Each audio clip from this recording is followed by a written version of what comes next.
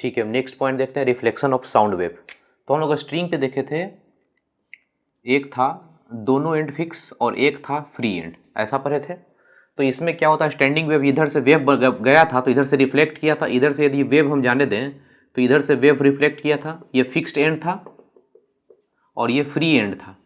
यहाँ भी वेव यदि जाएगा तो यहाँ से भी रिफ्लेक्ट करता था, हम लोग देखे थे रिजिड बाउंड्री और फ्री बाउंड्री के बारे में। तो दोनों से रिफ्लेक्ट करने के बाद स्टैंडिंग वेव बना था, स्टैंडिंग वेव बना था तो यहाँ पे इस तरह का डायग्राम बना था और इसमें स्टैंडिंग वेव बना था, तो ये वाला एंड एंटी नोड हो गया था। तो ये दोनों साइड बंद वाला था और एक साइड बंद और एक साइड फ्री था। वैसे ही पाइप में भी होगा, एक पाइप होगा जो कि एक साइड में क्लोज्ड होगा, इसको क्लोज्ड पाइप बोलेंगे और इसको ओपन पाइप बोलेंगे। इसमें यदि वेव जाता है साउंड वेव तो यहाँ से भी रिफ्लेक्ट करेगा, इसमें जाता है तो यहाँ से भी रिफ्लेक्ट करेगा। जैसे ये फ्री एंड है ना, फ्री एंड से रिफ्लेक्ट करता है, वैसे ही यहाँ जो फ्री एंड है ओपन एंड है, एक्चुअली में प्रेशर का ना वेव होता है, ये प्रेशर वेव होता है। अंदर का प्रेशर और बाहर का प्रेशर दोनों में डिफरेंस आता है, इस डिफरेंस के कारण हम बोलेंगे मीडियम चेंज हो रहा है तो यहाँ से रिफ्लेक्शन होगा ही होगा। तो दोनों तरह का पाइप में होता है, चाहे क्लोज्ड एंड वाला पाइप हो चाहे ओपन एंड वाला पाइप हो, वेव जाएगा तो रिफ्लेक्ट करेगा ही। अब जैसे ही दोनों अपोजिट डायरेक्शन का वेव टकराएगा, जैसे ही अपोजिट डायरेक्शन का वेव टकराएगा, स्टैंडिंग वेव जैसे इसमें बना था वैसे ही यहाँ भी बनेगा।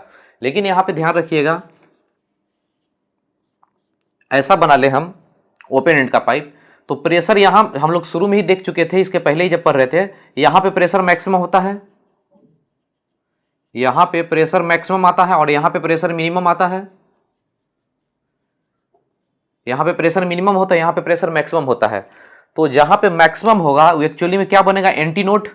जहाँ मैक्सिमम होता है डिस्प्लेसमेंट वहाँ एंटी नोड बनता था। देखिए ये फ्री वाला एंड पे एंटी नोड बन गया था।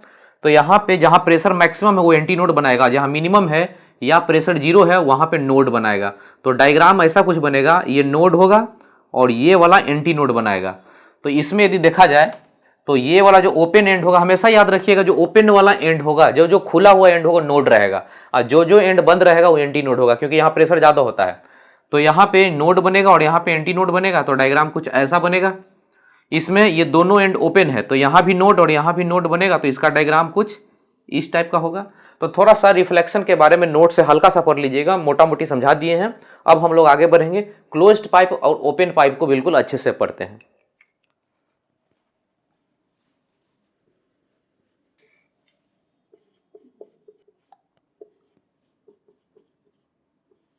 हम लोग देखेंगे ओपन पाइप और क्लोज पाइप को। क्वेश्चन में अब देखिएगा या फिर कोई बुक पढ़ेंगे एनसीईआरटी तो इसमें लिखा रहेगा open organ pipe, closed organ pipe. तो ऑर्गन हम लोग नहीं बोलेंगे, सीधा सीधा पाइप बोलेंगे, क्लोज्ड पाइप ओपन पाइप।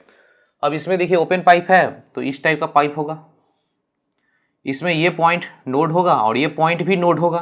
तो डायग्राम इस तरह से बनेगा। देखिए डायग्राम कैसा बनेगा, ये सबसे मिनिमम डायग्राम है, इस तरह से बनेगा। ये हो गया स्टैंडिंग वेव। यदि इसमें जाएं क्लोज्ड पाइप में तो इसमें डायग्राम कैसा बनेगा, ये क्लोज्ड पाइप यदि बना लें तो ये नोड होगा और ये पॉइंट एंटी नोड होगा। क्लोज्ड एंड हमेशा एंटी नोड होता है, तो इसका डायग्राम कुछ ऐसा बनेगा, आधा लूप। इसमें यदि और आगे बढ़ें, यदि लेंथ L1 मान लें, इसका लेंथ को थोड़ा सा और बढ़ा दें तो ये तो नोड ही होगा, ये दोनों पॉइंट नोड ही होगा। इसमें लूप कितना हो जाएगा, दो, एक लूप और एक और लूप बन जाएगा, दो लूप बन जाएगा। इसमें जाइए, इसमें भी लेंथ थोड़ा सा ज़्यादा कर ले, बड़ा L2 कर ले, इसका लेंथ L1 मान लीजिए, इसका लेंथ L2 कर लीजिए। तो ये कैसा हो जाएगा, डबल लूप। ये तो नोड बनाएगा और ये एंटी नोड बनाएगा। तो एक लूप तो पूरा का पूरा कंप्लीट होगा और एक आधा लूप बनेगा। इसमें लेंथ को कितना लिख सकते हैं, इसमें लेंथ को λ/2, क्योंकि दो नोड का बीच का दूरी λ/2 होता है। इसमें लेंथ को कितना लिखेंगे, दो बार लूप है ना, 2 λ/2। वैसे ही जैसे स्ट्रिंग के बारे में पढ़े थे ना, ये ओपन एंड का बिहेवियर है, string fixed at both and, both and fixed. ये वाला जो स्ट्रिंग है उसी का पॉइंट इसमें सारा डिस्कशन होगा। इसमें क्लोज्ड पाइप है तो इसमें string fixed at one and, ये डायग्राम एक साइड फिक्स वाला जो डायग्राम होगा, और इसमें जो होगा, इसमें होगा दोनों स्ट्रिंग जो दोनों साइड फिक्स हो जाता है वो वाला डायग्राम। सारा कॉन्सेप्ट वही चलेगा। इसमें लेंथ कितना हो जाएगा, λ/4। इसमें लेंथ यहाँ पे लिख लेते हैं, लेंथ ये हो जाएगा 3 λ/4, इसमें λ/4 है। तो इसमें जनरल लेंथ कितना हो जाएगा, लेंथ बराबर n λ/2, n बराबर सारा नंबर, ऑल नंबर। और इसमें जनरल क्या हो गया, लेंथ n लेमडा बाई 4, लेकिन n बराबर ऑड नंबर, सिर्फ ऑड। हम लोग देख चुके थे ना, ये सारा डिस्कशन पहले कर चुके थे। जल्दी जल्दी काम यहाँ से निपटा लेते हैं, जल्दी जल्दी कर लेते हैं। अब ये लेंथ हो गया, तो फ्रीक्वेंसी, फ्रीक्वेंसी का general formula n v by 2L। तो यहाँ पे फ्रीक्वेंसी का फार्मूला एन वी बाई, नीचे 4 है तो 4L। यहाँ पे सबसे मिनिमम, जो सबसे मिनिमम होगा उसको फंडामेंटल बोलेंगे। फंडामेंटल फ्रीक्वेंसी कितना, एन बराबर 1 रखेंगे तो वी बाई 2L होगा। और यहाँ पे फंडामेंटल कितना हो जाएगा, फंडामेंटल फ्रीक्वेंसी यहाँ पे 1 रखेंगे तो वी बाई 4L होगा। इसको याद रखना पड़ेगा, यहाँ भी फंडामेंटल वी बाई 4L होता है और यहाँ का फंडामेंटल वी बाई 2L होता है। इसके बाद आगे बढ़ेंगे तो μ1 μ2 बोलेंगे और ये हो जाएगा आगे n बराबर 2 रखेंगे तो 2 फंडामेंटल, यहाँ 2 फंडामेंटल इसी में 2 से गुना हो जाएगा, यानी 2 वी बाई 2L हो जाएगा। ये 2 फंडामेंटल, ये 3 फंडामेंटल, ऐसे बढ़ेगा। इसमें जाएंगे μ1 μ2, तो इसमें कितना 3 हो जाएगा ना, ऑड नंबर है, ऑड है तो 1 के जगह पे यहाँ 1 रखे थे, 1 की जगह 3 करेंगे तो 3 इंटू फंडामेंटल होगा, यहाँ पे 5 इंटू फंडामेंटल होगा। अब सबका नाम, इसको बोलेंगे सेकेंड हार्मोनिक, इसको बोलेंगे थर्ड हार्मोनिक, इसको बोलेंगे फर्स्ट ओवरटोन, इसको बोलेंगे सेकेंड ओवरटोन। यहां वैसे ही ये हो जाएगा थर्ड हार्मोनिक, ये हो जाएगा फिफ्थ, ये सब सिर्फ ऑड नंबर में, ये फंडामेंटल के बाद थर्ड फिफ्थ चलेगा। और इसको फर्स्ट ओवरटोन बोलेंगे, ओवरटोन, इसको सेकेंड ओवरटोन, ऐसे करके बोलेंगे। ये सारा हो चुका है। इसमें कंसेक्यूटिव फ्रीक्वेंसी का डिफरेंस, इसमें फ्रीक्वेंसी ऐसे आता है mu naught, 2 mu naught, 3 mu naught, तो 2 कंसेक्यूटिव का डिफरेंस फंडामेंटल देगा, 2 कंसेक्यूटिव का डिफरेंस फंडामेंटल देगा। यहाँ पे जो फ्रीक्वेंसी होता है म्यू नॉट, फिर 3 म्यू नॉट, फिर 5 म्यू नॉट, तो इसमें 2 कंसेक्यूटिव का डिफरेंस 2 इंटू फंडामेंटल देगा, इन दोनों का डिफरेंस 2 इंटू फंडामेंटल देगा। इसमें लेंथ का डिफरेंस कर लें, 2 कंसेक्यूटिव का लेंथ का डिफरेंस L2 माइनस L1, इसमें से इसको घटाएं तो 2 लूप है, यहाँ 1 लूप है, 1 लूप घट गया तो 1 लूप बचेगा, तो लेमडा बाय 2 बोलेंगे। यहाँ भी 2 कंसेक्यूटिव का लेंथ का डिफरेंस करेंगे तो यहाँ भी लेमडा बाय 2 आएगा। तो ये सारा कुछ हम लोग डिस्कशन कर चुके थे। एक बार जाइए नोट्स में, अब इस पॉइंट को आप देख लीजिए, ठीक है। नेक्स्ट पॉइंट देखते हैं, रेजोनेंस कॉलम।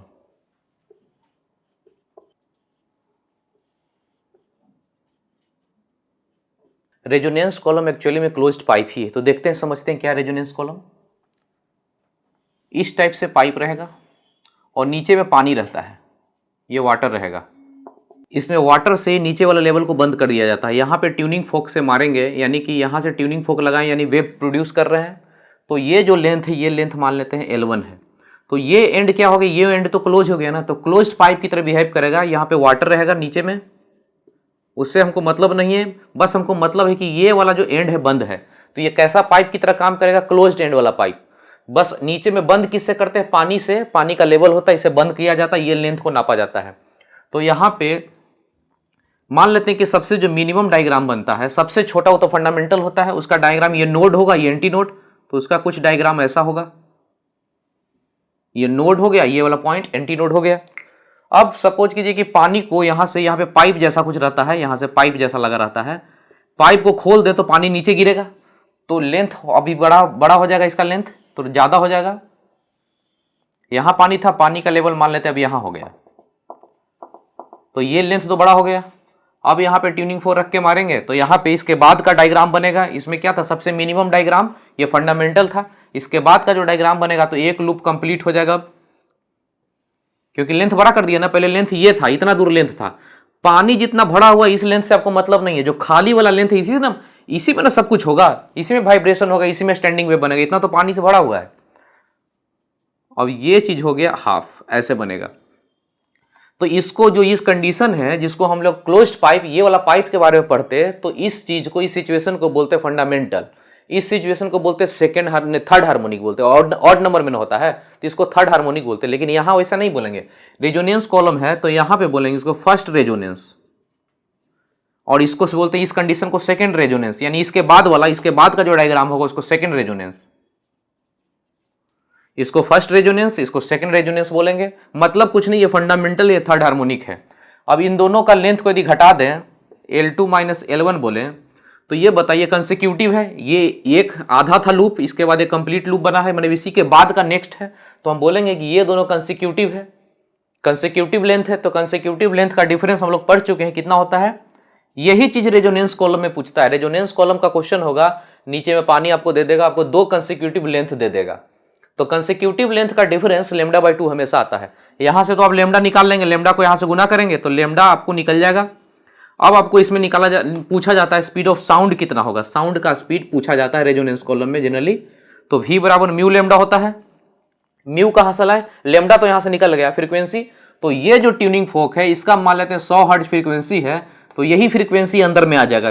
आपको पहले भी बोले थे जितना ट्यूनिंग फोक का फ्रीक्वेंसी है वही फ्रीक्वेंसी, पाइप हो स्ट्रिंग हो कोई भी क्वेश्चन बनाइए सब जगह वही फ्रीक्वेंसी चला जाता है। जो एक्सटर्नल सोर्स ये हो गया इसी का फ्रीक्वेंसी अंदर में आएगा, तो 100 है तो ये फ्रीक्वेंसी की जगह 100 हर्ट्ज यहाँ पे डाल दीजिए और ये क्वेश्चन सॉल्व करिएगा तो स्पीड ऑफ साउंड निकल जाएगा।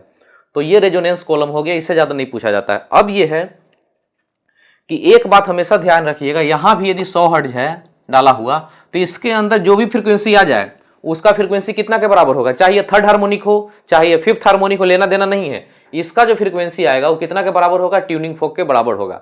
अब यहाँ पे जैसे वाटर से पैक कर दिया, वाटर से नीचे का लेवल, कभी कभी क्वेश्चन में ऐसा बोलेगा कि ये पाइप है और अंदर में पिस्टन लगा देगा, अंदर में आपको यहाँ पे पिस्टन दे देगा, पिस्टन से बोलेगा बंद कर दिया, तो बंद कर दिया तो हमारे लिए तो क्लोज्ड ही पाइप ना है, ये क्लोज्ड ही पाइप की तरह बिहेव करेगा। तो रेजोनेंस कॉलम में 2 तरह से क्वेश्चन पूछ सकता है, या तो बोलेगा कि नीचे में पानी का लेवल है, पानी से बंद कर दिया गया है, या फिर पिस्टन से बंद कर दिया गया है। तो नोट्स में आपको लिख दिए हैं कि कोई जरूरी नहीं कि हमेशा पानी लिखे, आपको पिस्टन भी दे सकता है। इतना दूर तो क्लोज्ड पाइप हो गया ना, तो हमारा सारा डिस्कशन हो गया। इसमें बोलेंगे फर्स्ट रेजोनेंस, सेकंड रेजोनेंस और ये सब चीज पूछा जाता है। तो नोट्स में एक बार इसको देख लीजिएगा, पढ़ लीजिएगा। एक एनसीईआरटी का क्वेश्चन है, देख लेते हैं। एनसीईआरटी का एग्जाम्पल है, उसको देखिए, सिंपल सा है, सिंपल है, फिर भी हम लोग देखेंगे, एनसीईआरटी को छोड़ना नहीं है। ओपन पाइप है, उसका लेंथ दिया हुआ है,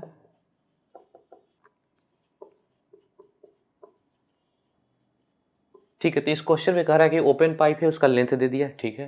कह रहा है कि विच हार्मोनिक मोड ऑफ पाइप, यानी कौन सा harmonic, second harmonic, third harmonic, इसमें तो सारा होता है ना, ओपन पाइप में तो सारा हार्मोनिक होता है, 1 2 3 सब होता है। क्लोज्ड पाइप में क्या होता है, ऑड वाला सिर्फ होता है, 1 3 5 होता है, इसमें तो सारा होता है। तो कह रहा है कि कौन सा हार्मोनिक मोड है पाइप का जो रेजोनेट, रेजोनेट मतलब वाइब्रेट, रेजोनेट कोई वर्ड नहीं है, वाइब्रेट ही समझिए इसको।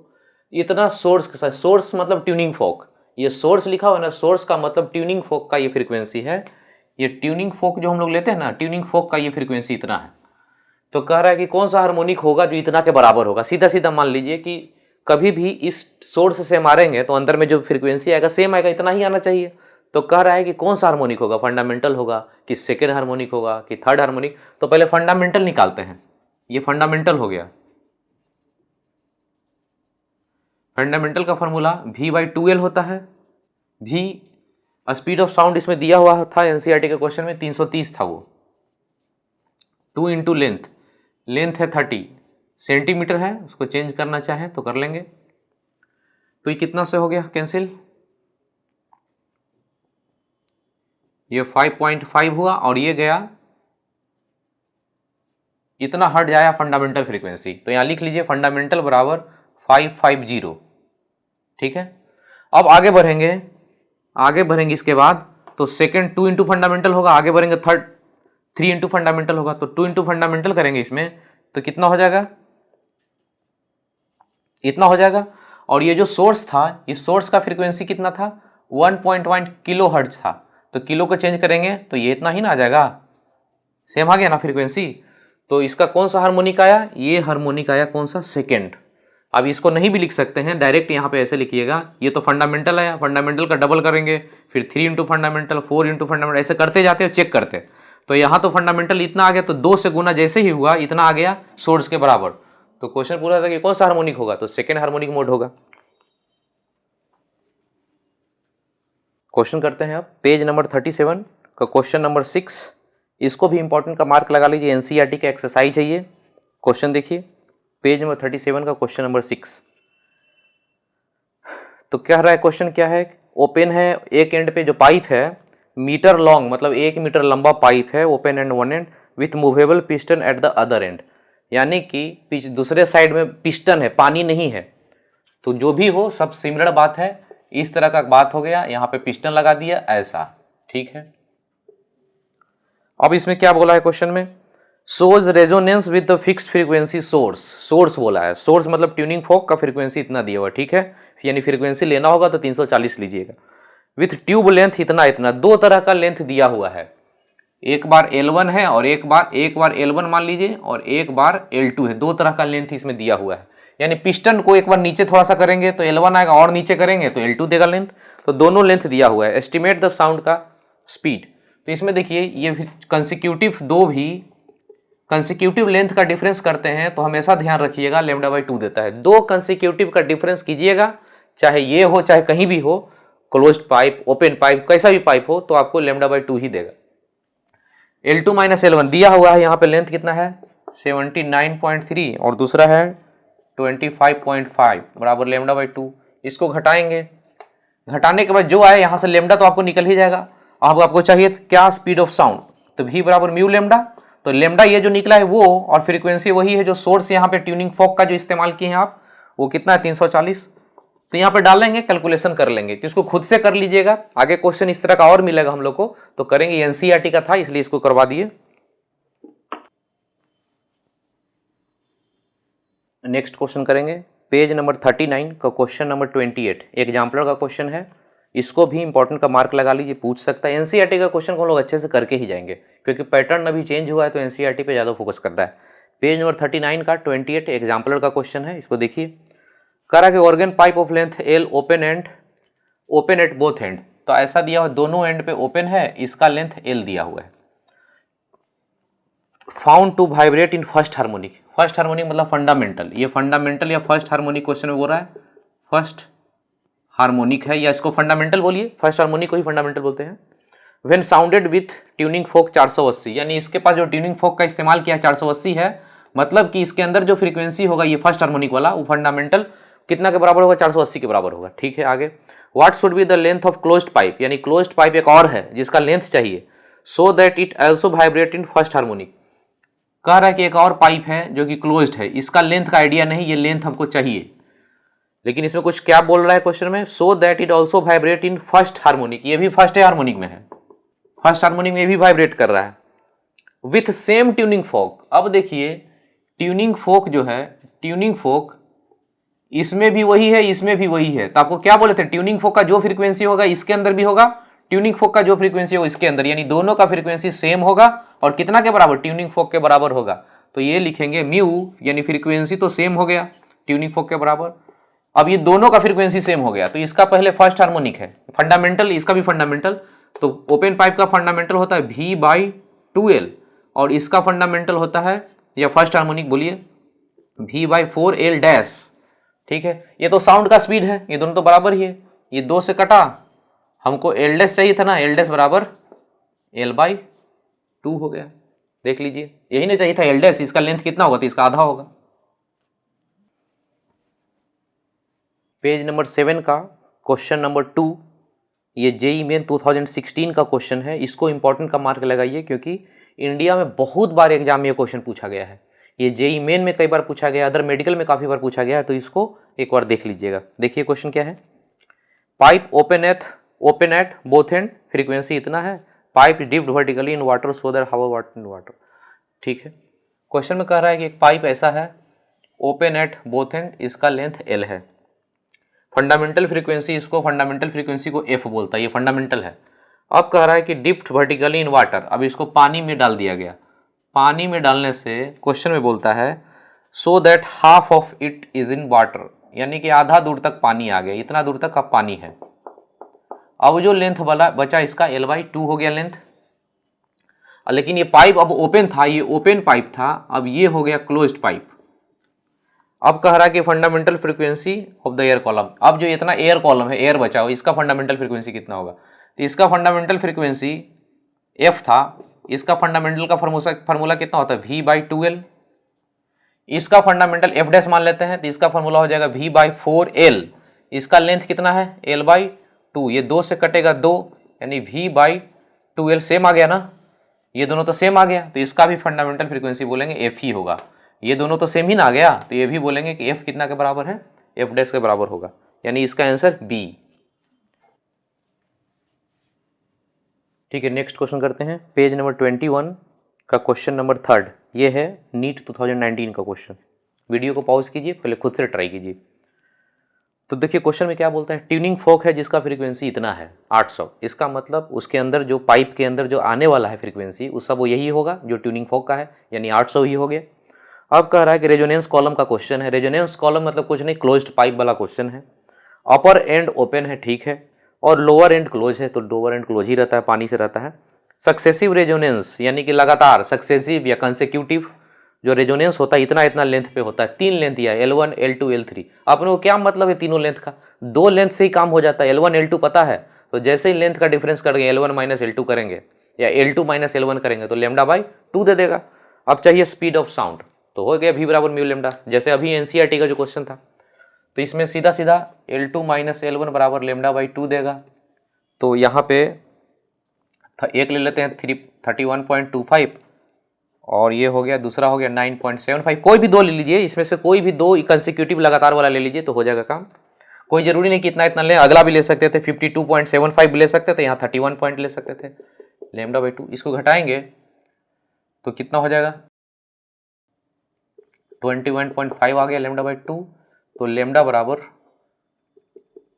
2 से गुना कर देंगे तो कितना हो जाएगा 43। अब ये सेंटीमीटर में है तो ये सेंटीमीटर में ही डाटा आएगा, बाद में मीटर वोटर में चेंज करना होगा तो करते रहेंगे। अभी क्या है कि v बराबर म्यू लेमडा हमको करना है, तो v बराबर ये फ्रीक्वेंसी बराबर इतना हो गया और लेमडा हो गया 43। अब इसको गुना करेंगे, अब ये सेंटीमीटर में भी है, डाटा चेंज करने की जरूरत नहीं है। अब यूनिट में देख लीजिएगा, एक है 5, सबका न्यूमेरिकल वैल्यू अलग है, एक है 500, एक है 156, सब अलग अलग ना है, सेम तो है नहीं। तो आपको कुछ करने का जरूरत नहीं है, जीरो को भी ध्यान नहीं देना है, सीधा डायरेक्ट आप गुना कर लीजिएगा तो ये 344 आ जाएगा। ठीक है, देख लीजिए 8 चौक 32, हाँ 344 आ गया। अब देखिए इसमें क्या है कि सब लोग ऐसे ही काम करेंगे, तो यहाँ पे अलर्ट होने का जरूरत है। अब सीखिए मेरे कि कैसे काम करते हैं यहाँ पे। ऐसे तो गुना भाग तो सब कोई करेगा, जो पढ़ा हुआ है गुना भाग करेगा ही। ऑप्शन पे आपका तो ध्यान गया नहीं। जब तक ऑब्जेक्टिव क्वेश्चन है ऑप्शन को जरूर देखिए ध्यान से। इसमें ऑप्शन देखिएगा तो क्या क्या है, स्पीड ऑफ साउंड एयर में पूछा है क्वेश्चन, तो स्पीड ऑफ साउंड 500, इतना तो होता नहीं है। मोटा मोटी आपको याद रहना चाहिए 330 340 के बीच में ही, 330 या 340 के आसपास होता है साउंड का स्पीड। इसमें उसके आसपास वाला कौन सा आंसर है, बस एक 344 344 है, 500 तो होगा नहीं, 156 भी नहीं होगा, 172 भी नहीं होगा। तो एयर में जो स्पीड ऑफ साउंड होता है लगभग 340 से 350 के बीच में ही रहता है। उसी से हमको डाटा पकड़ा गया, तो आपको इतना करने की जरूरत नहीं था, डायरेक्ट हम पकड़ लेते, कह रहे साउंड का स्पीड के आसपास तो यही वाला सिर्फ दिया हुआ, बाकी तो डाटा ही गलत है।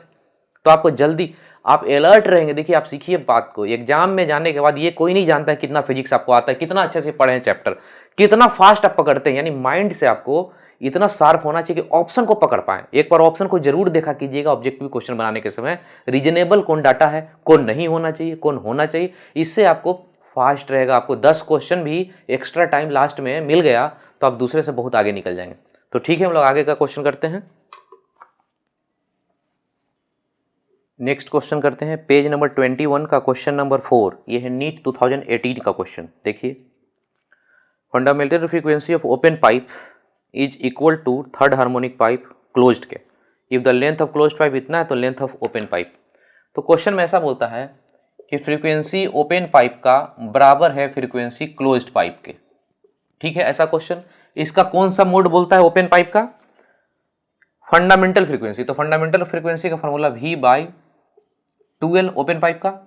इसका कौन सा बोलता है क्लोज्ड का, क्लोज्ड का थर्ड हार्मोनिक। थर्ड हार्मोनिक मतलब 3 से गुना होगा, यानी 3V/4L होगा। अब क्वेश्चन में आगे क्या बोलता है, if the length of closed organ pipe 20, closed pipe का ये है लेंथ, ये है 20, क्वेश्चन में ये बोल रहा है कि ये है 20, तो कह रहा है कि लेंथ ऑफ ओपन पाइप इसका कितना होगा। तो V से V तो कैंसिल हो गया, 2 से कैंसिल होगा, ये 10 बनेगा, यानी L बराबर यदि करें तो कितना हो जाएगा 40/3, कितना हो जाएगा 13.3, 13.2 या 13.3 के आसपास, ये हो गया आंसर, यानी इसका आंसर हो गया C।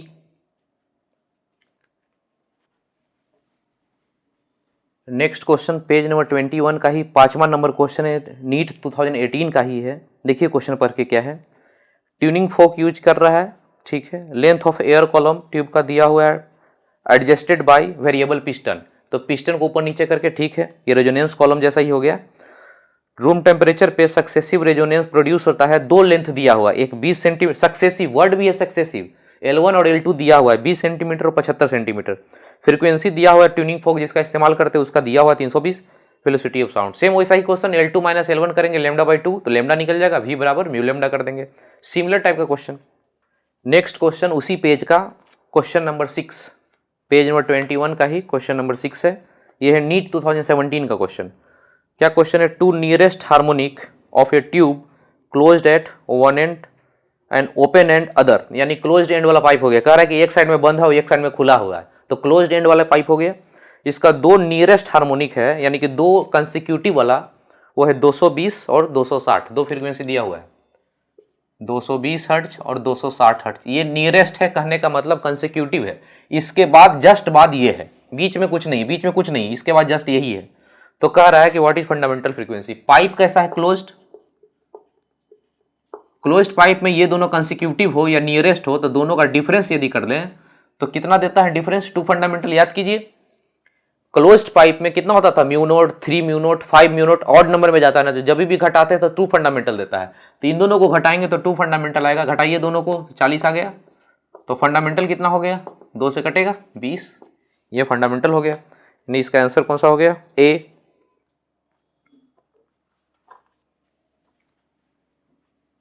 Next question page number 21 का क्वेश्चन नंबर 8, ये है नीट 2016 का क्वेश्चन।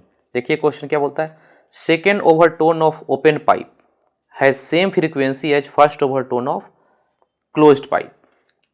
ठीक है, लेंथ ऑफ ओपन पाइप कितना है?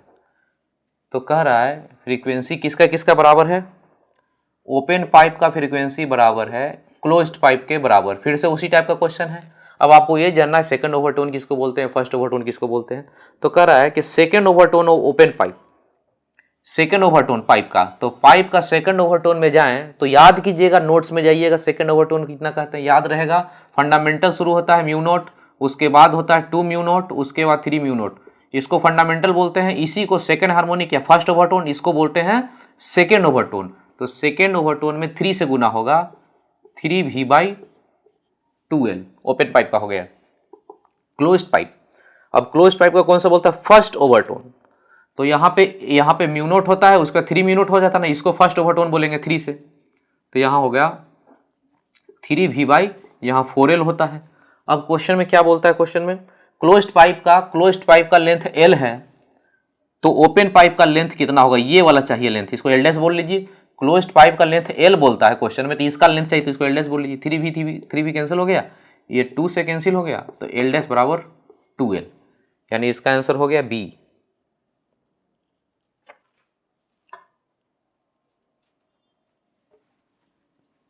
नेक्स्ट क्वेश्चन करेंगे पेज नंबर 21 का क्वेश्चन नंबर 11, ये भी है नीट 2016 का क्वेश्चन। देखिए क्वेश्चन क्या है? एयर कॉलम है, closed at one and open at other, यानी कि क्लोज्ड पाइप का क्वेश्चन है। ये हो गया क्लोज्ड पाइप, इसका क्वेश्चन है। अब इसमें क्या बोलता है क्वेश्चन में?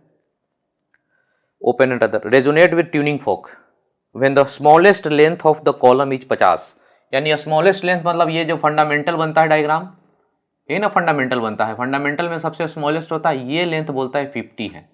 ठीक, अब करें next higher, next larger length of the column resonating with the same tuning fork. अब करेंगे इसका नेक्स्ट लेंथ क्या होगा, इसका नेक्स्ट लेंथ कितना होना चाहिए। तो नेक्स्ट लेंथ में क्या होता है? ये तो फर्स्ट फंडामेंटल है, क्वेश्चन में ही ना बोला है रेजोनेटिंग ट्यूनिंग फोक स्मॉलेस्ट लेंथ। स्मॉलेस्ट लेंथ कहने का मतलब फंडामेंटल हो गया, ये तो फंडामेंटल है। इसके बाद का लेंथ चाहिए तो आपको इस तरह का डायग्राम बनेगा, एक लूप बनाएगा एक आधा, ये नेक्स्ट हायर लेंथ हो गया। तो ये बताइए ये जो लेंथ होता था, ये लेंथ कितना होता था? λ/4, याद कीजिए λ/4। तो ये जो लेंथ होता था 3λ/4, ये λ/4 है तो 3λ/4।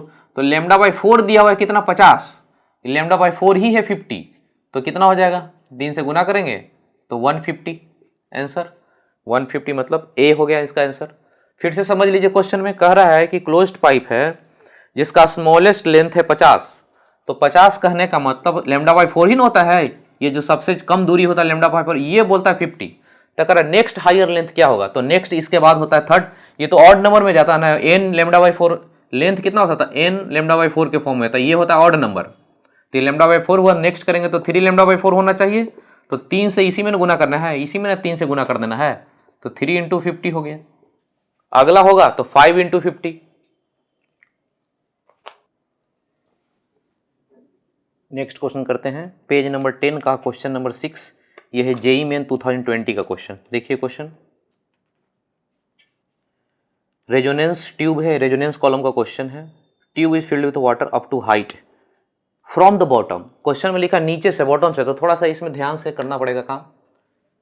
ये हो गया, ये बॉटम हम लोग ले लें, यहाँ वाला इसको बॉटम बोल रहे हैं, तो क्वेश्चन में कितना दूर पे बोल रहा है, इतना दूर पे, ठीक है, इतना दूर पे पानी है, ये लेंथ को, इतना हाइट को, ये हाइट है h1, ये बोल रहा है कितना 17.0 या 17 सेंटीमीटर बोलिए, ये 17 सेंटीमीटर में डाटा है, इतना दूर तक ये पानी है, ये लेंथ इतना खाली है। हमको तो पानी जितना भरा हुआ उससे मतलब नहीं, हमको खाली कितना, इससे हमको इसी को लेंथ बोला करते हैं।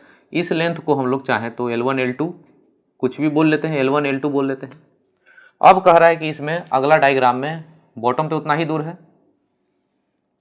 अगला में क्वेश्चन बोलता है कितना दूर, when the water level is raised next resonance with the same tuning for height इतना, तो अब हाइट पानी का ज़्यादा कर दिया है इतना दूर तक।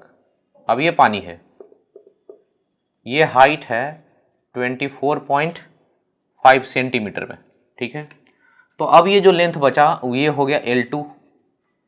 तो ये आपको नहीं लगता है छोटा लेंथ है, ये ज़्यादा बड़ा लेंथ है, हम लोग इसको L1 बोला करते थे, इसको L1 बोलते थे, इसको L2 बोलते थे। तो इसके बाद नेक्स्ट ये है, आपको बोल रहा है कि ये दोनों कंसेक्यूटिव है। क्वेश्चन में देखिए बोला है when the water level raised next resonance, यानी इसी के जस्ट बाद नेक्स्ट रेजोनेंस, यानी दोनों कंसेक्यूटिव है।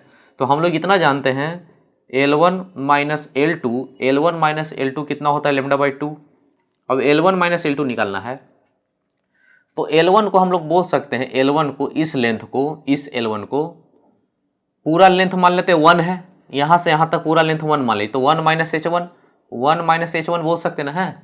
इस लेंथ को निकालना हो तो पूरा 1 है, 1 में से H1 को घटा लेंगे और इसको 1 माइनस H2 बोलेंगे। तो L1 माइनस L2 यदि करना हो तो कितना हो जाएगा, इतना में से इसको घटाइए L1 माइनस L2, तो 1 1 तो कट जाएगा, H1 माइनस H2 यही बचेगा, नहीं दोनों का हाइट का डिफरेंस, तो यहाँ बचेगा H2 माइनस H1 ही बच जाएगा। हमको इस लेंथ से मतलब है, इसमें पानी कितना है उससे मतलब नहीं है, हमको पाइप खाली चाहिए इतना दूर। तो पूरा लेंथ हम मान लिए कि यहाँ से यहाँ तक कितना है 1 है, तो इतना दूर कितना होगा 1 माइनस H1, और ये हो जाएगा 1 माइनस H2। अब L2 माइनस L1 या L1 माइनस L2 यहाँ पे करें तो ये H2 माइनस इन दोनों का, ये हाइट का बस खाली डिफरेंस हमको यहाँ पे रह जाएगा। ये हो गया, बस इतना ही काम करना था इस क्वेश्चन में, एक्स्ट्रा कुछ नहीं करना था। अब हाइट का डिफरेंस इसमें से घटाइए, कितना हो जाएगा, 24 में से इतना गया तो ये हो जाएगा 7.5 बराबर लेमडा बाई 2, तो लेमडा बराबर 2 से हुआ तो 15। ये सब सेंटीमीटर में है, जरूरत नहीं ये सब करने का, क्योंकि डाटा देखिएगा, आंसर देखिए 11 है, 1100 को 11 बोलिए, 3300 को 33 बोलिए, 22 और 55, बस ऐसा ही आंसर है। तो न्यूमेरिकल वैल्यू तो सेंटीमीटर का कोई मतलब नहीं है, सेंटीमीटर मत लिखिए। अभी फॉर्मूला होता है V बराबर म्यू लेमडा, अपने को चाहिए फ्रीक्वेंसी कितना है, फ्रीक्वेंसी बराबर V बाई लेमडा, V है 330 बटा लेमडा, लेमडा है 15, ये 22 वाला आंसर आएगा, यानी कि सी आंसर 2200। आप सेंटीमीटर को चेंज करते ना, या सेंटीमीटर उसको चेंज करते तो आ जाता है आंसर, लिंक करने की जरूरत नहीं है, सीधा सीधा आंसर 22 अपना हो गया, यानी आंसर सी। तो देखिए यहाँ पे बस थोड़ा सा चालाकी करना था, जेई का क्वेश्चन था ना, तो जेई में थोड़ा सा घुमाता है, ज्यादा नहीं। तो ये हाइट से एक्चुअली में लेंथ का जो डिफरेंस करेंगे तो क्या डिफरेंस, हाइट ही का डिफरेंस आ जाता है, इन दोनों का हाइट का ही डिफरेंस आ जाता है।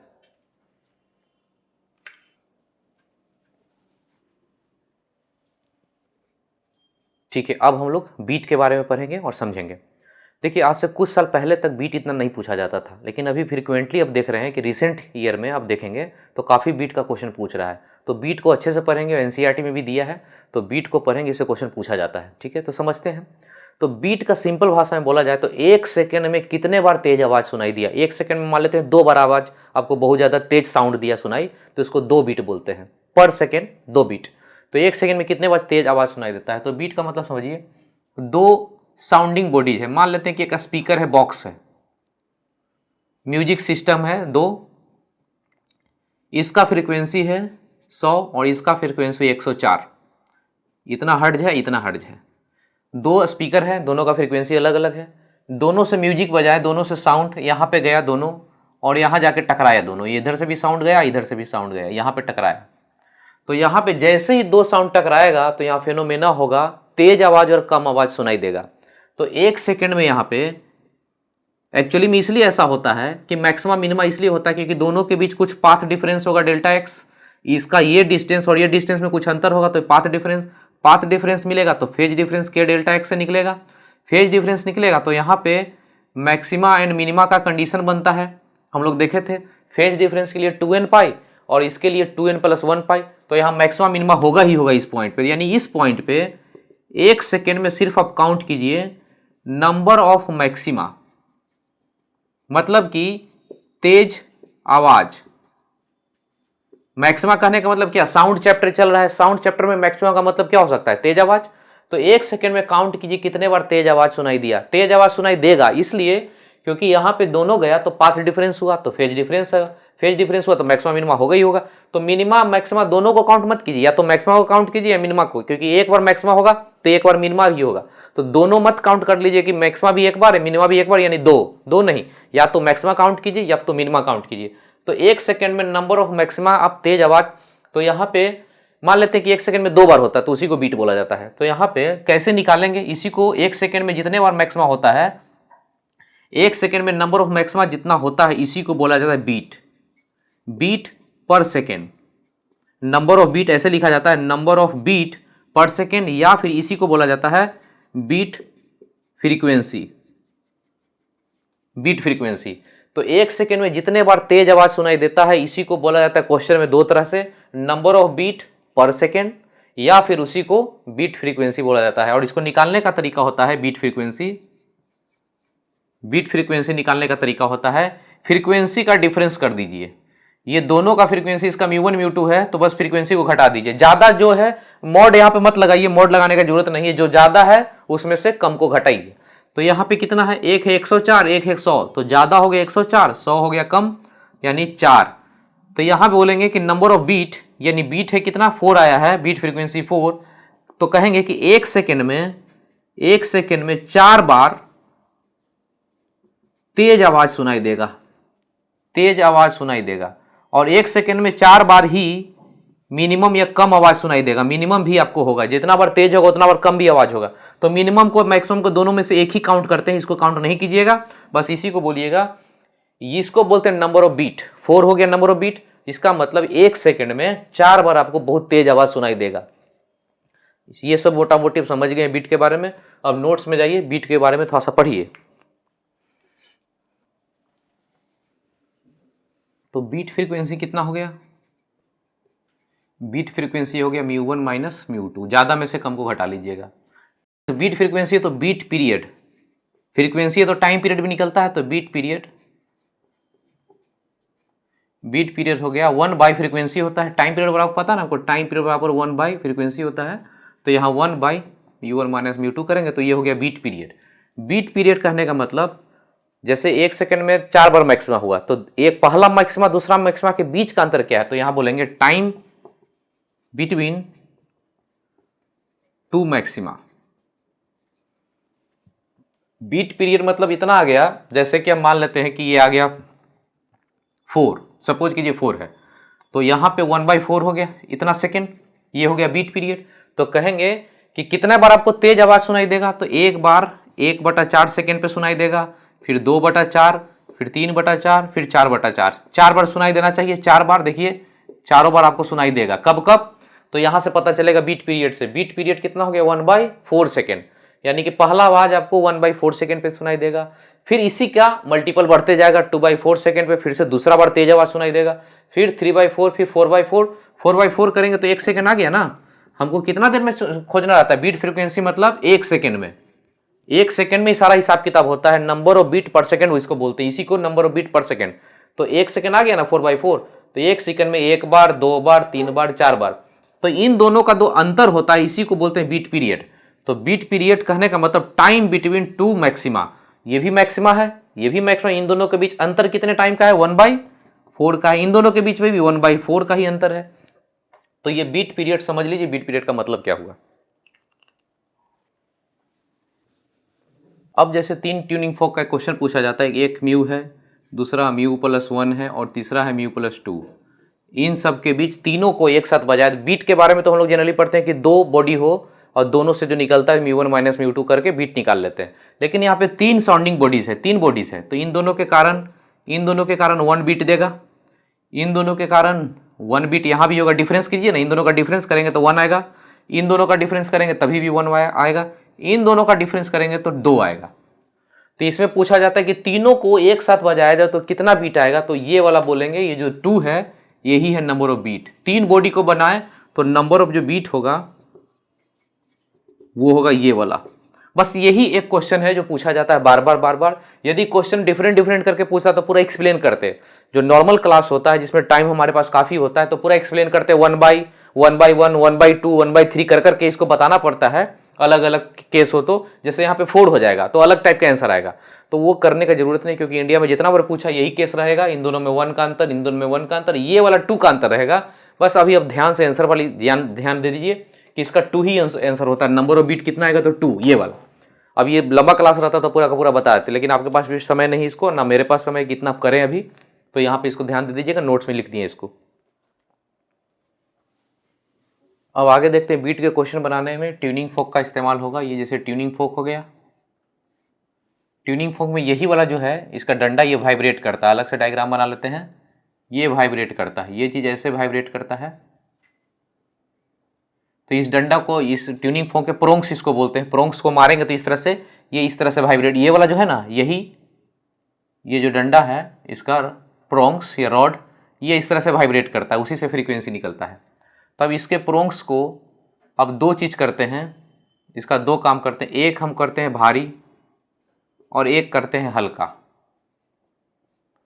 भारी करने से क्या होगा, ये भारी यदि कर दें, इसको भारी करने का तरीका क्या हो सकता है कि इसके ऊपर कुछ लपेट दें, कोई चीज़, मोम लपेट दें या कुछ और चीज़ कर दें, टेप कर दें, तो इसको भारी कर दें तो क्या होगा, भारी करने से ये वाइब्रेशन बहुत तेज हो जाएगा कि धीरे धीरे होगा।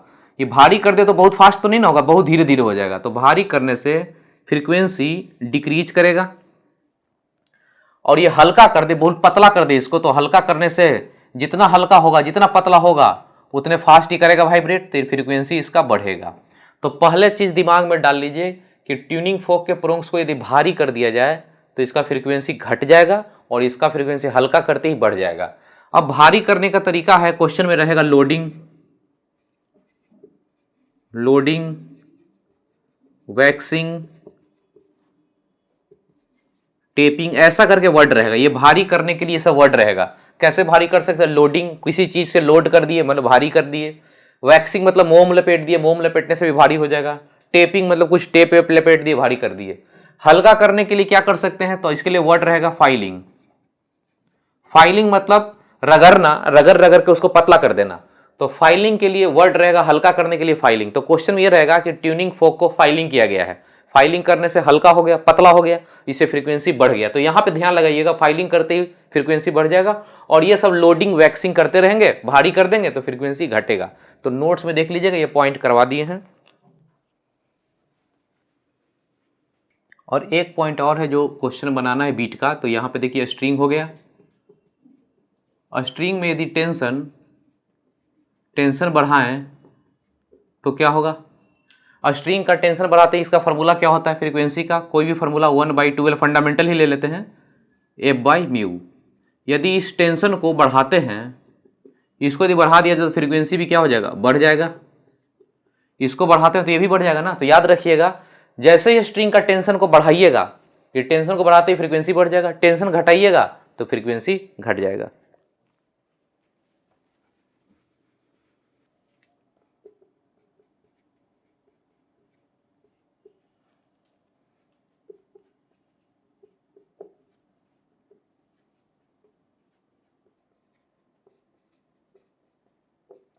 ठीक है, इसको नोट्स में एक एग्जाम्पल जैसा लिखे हैं, इसको समझते हैं। इससे बीट का क्वेश्चन बनाना बिल्कुल आसान हो जाएगा, बिल्कुल समझ में आ जाएगा कि बीट का क्वेश्चन बनता कैसे है। वैसे बुक में पढ़ेंगे, बुक में जो सॉल्यूशन देखेंगे तब आपको बिल्कुल समझ में नहीं आएगा कैसे बीट का क्वेश्चन बनता है, लेकिन यहाँ देखिए तो बहुत आसान भाषा में समझेंगे। कह रहा है कि एक ट्यूनिंग फोक है जिसका फ्रीक्वेंसी 100 है, ठीक। तो एक फ्रीक्वेंसी हमको दिया हुआ इतना है, ठीक। दूसरे ट्यूनिंग फोक के साथ कितना बनाता है, 4 बीट पर सेकेंड, यानी 4 बीट बनाता है। यहीं पे रुक जाएंगे, आगे नहीं बढ़ेंगे अभी। तो देखिएगा ये जो पहला लाइन है जहां पे पहला बीट आपको मिले, क्वेश्चन में बहुत सारा लंबा चौड़ा बात रहेगा। देखिए बार में भी एक बीट लिखा हुआ है, यहां पे भी बीट लिखा हुआ है 6, शुरू में कितना लिखा है 4 बीट। तो क्वेश्चन का जो आंसर आएगा वो पहले वाले से आएगा, हमेशा इससे कोई मतलब नहीं है, हमारा पहले वाले से ही आंसर आना है। यानी कि ये 100 है और 4 बीट बनाता है, तो हमको यहीं पे जाना है कि यहीं पे आंसर छुपा हुआ है, यानी इससे 4 ज्यादा होगा या 4 कम, यानी 104 आंसर आएगा, या 4 कम करेंगे तो 96। तो दिमाग में पहला बात समझिए बीट का, 1-2 क्वेश्चन बनाएंगे तो बिल्कुल क्लियर हो जाएगा। क्वेश्चन पढ़ते पढ़ते सबसे पहले जहां पे वर्ड आ जाए कितना बीट बनाता है, तो आंसर यहीं पे छुपा हुआ है। फिर क्वेश्चन आगे बढ़ेंगे तो फिर से बीट मिलेगा, यहां आंसर नहीं है, जो सबसे पहला आपको बीट मिलेगा वहीं पे आंसर छुपा हुआ है। ठीक है, अब आगे हम लोग बाद में काम करेंगे, पहले ऊपर का ही काम करते हैं। तो देखिए कैसे क्वेश्चन बनाइएगा। कह रहा है कि एक ट्यूनिंग फोक है जिसका 100 है, तो उसको यहां लिख लीजिए, ये ट्यूनिंग फोक है 100, ये हमको पता है। दूसरा नहीं पता, लिखा ना, दूसरा ट्यूनिंग फोक का फ्रीक्वेंसी क्या होगा यही निकालना है। तो पहला तो हमको पता है तो 100 लिख लिए। अब हमको दूसरा है जो कितना बीट बनाता है 4, तो या तो इससे 4 ज्यादा होगा या इससे 4 कम होगा। तो स्केल हम लोग जब लेते हैं, स्केल बनाते हैं, तो यहाँ 9 है तो यहाँ इसको 10 लिखते हैं, इसको 11 लिखते हैं, नीचे वाले को इससे कम लिखेंगे 8, इससे 7। तो एक स्केल बनाते हैं ना, वैसे यहाँ भी स्केल बनाएंगे। तो ये देखिए 100 देता है तो 100 तो ठीक है, 4 बीट बनाता है, तो दूसरा वाला इससे 4 या तो ज्यादा होगा तो ऊपर बनाएंगे, और कम होगा तो नीचे, स्केल में जैसे नीचे जाते हैं तो कमता है, तो इस वैसे ही यहां भी स्केल बनाएंगे। तो हम बोलेंगे कि दूसरा जो फ्रीक्वेंसी होगा, दूसरा ट्यूनिंग फोक का फ्रीक्वेंसी या तो इससे 4 ज्यादा होगा, तो यहां पे लिखेंगे 4 ज्यादा करेंगे तो कितना हो जाएगा 104, और या इससे 4 कम होगा तो 96। इन दोनों का जो डिफरेंस है ये 4 बीट देता है, यही 4 बीट है, और इन दोनों का डिफरेंस है ये भी 4 बीट है। अब आपका आंसर या तो 104 होगा या 96, कंफर्म मानिए। ये पहला ही लाइन में कितना लिखा है 4 बीट, तो यहीं पे आंसर है, मतलब कि इससे 4 ज्यादा रहेगा तो ये आंसर बनेगा, और इससे 4 कम रहेगा तो ये आंसर बनेगा, यही दोनों में आंसर रहना है। अब आगे बढ़ते हैं, फिर से यही डायग्राम को यहां बनाते हैं। μ1 कितना 100 और μ2 है 104 और μ2 है 96। ठीक है, इसी चीज को फिर से हम लोग डायग्राम बनाते हैं। तो μ1 कितना हो गया 100 और μ2 है, इससे 4 ज्यादा तो यहाँ पे होगा 104, और μ2 यहाँ भी होगा, यदि उससे कम करेंगे तो 96। आंसर तो यही दोनों के पास है, यही चीज को फिर से बना है। अब आगे बढ़ते हैं, कह रहा है कि दूसरा ट्यूनिंग फोक को क्या किया है, वैक्सिंग करने से। यानी वैक्सिंग करने से क्या होता है, भारी, वैक्सिंग करें मतलब मोम लपेटने से भारी हो गया तो फ्रीक्वेंसी घटेगा ना, ये चीज है, ये वाइब्रेशन हो रहा है, इसमें मोम लपेटते तो धीरे धीरे करने लगेगा, बिल्कुल धीरे धीरे फ्रीक्वेंसी घटेगा। तो दूसरा को किसको कर रहा है, दूसरा लिखा हुआ दूसरा, यानी ये दोनों, ये दूसरा है, μ2 है, ये दूसरा है, उसको क्या किया, वैक्सिंग किया है। ये मेन पॉइंट है, वैक्सिंग करने से, भारी करने से घटा फ्रीक्वेंसी, तो घटा, तो यदि ये आंसर होता तो यहाँ पे घट के आता, यहाँ पे आ जाता फ्रीक्वेंसी 103 पे आ जाता, हो सकता है ये 103 आ सकता था, 102 आ सकता था, और यदि ये आंसर होता तो ये भी घट के नीचे आता, तो ये हो सकता है कि 94 पे आता घट के। ठीक है, अब कहना है कि अब इसको आगे बाद में पढ़िएगा, इसको मत पढ़िए, यहीं पे रुक जाइए। वैक्सिंग करने से घटता है ये फ्रीक्वेंसी, घट के यहाँ 104 से 103, या यहाँ होता तो ये होता। अब जो ये 100 के साथ जो बीट बना गया, तो पहला है ना, पहला तो फिक्स है, ये तो फिक्स है, तो ये दिया बीट, एक बीट यहाँ पे मिला नया बीट, और एक बीट यहाँ मिला ये नया बीट। ये लग रहा है कि बीट ये घटा हुआ है, घटा है, और यहाँ पे लंबा डंडा, यहाँ पे कितना था पहले, ये था 104, ये था 4 से तो छोटा हो गया ना, तो घट गया, और पहले इतना था, अब इससे बड़ा हो गया लाइन, तो यहाँ पे बीट ये बढ़ा हुआ है। अब क्वेश्चन में आगे बढ़िए, कह रहा है कि करने से, वैक्सिंग करने से बीट क्या होता है, बढ़कर 6 हो जाता है।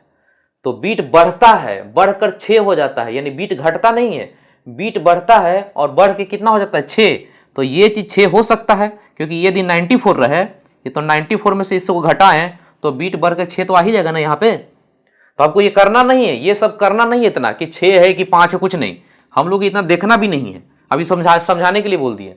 बस इतना पढ़ना है आपको कि बीट बढ़ा कि घटा, बस इतना देखना, इसके बारे में तो सोचना भी नहीं है कि क्या है वो, उसको छोड़ दीजिए, बस बीट बढ़ा। तो यहाँ पे बीट घटा हुआ दिख रहा है, गैप, बीट कहने का मतलब गैप, हम लोग स्केल बनाना है, इस स्केल में ये गैप कम है और ये गैप ज्यादा ना है, तो बीट बढ़ा हुआ है, ये बीट बढ़ा हुआ है, तो हमारा क्यों बढ़ा है बीट? ये बीट इसलिए बढ़ा कि यहाँ होगा, यहीं से ना खसक के नीचे आया होगा, यहीं से घिसक के नीचे गया होगा। तो हमारा आंसर कौन सा हो गया? ये वाला। हमको चाहिए क्या था? तो दूसरा ट्यूनिंग फॉर्क का फ्रीक्वेंसी। तो दूसरा या तो ये होता या तो ये होता। शुरू में ही बोल दिए थे आपको कहां से आंसर छुपा हुआ था। ये पहले वाला बीट जो लिखा है यहीं पे आंसर छुपा था, 4 बीट।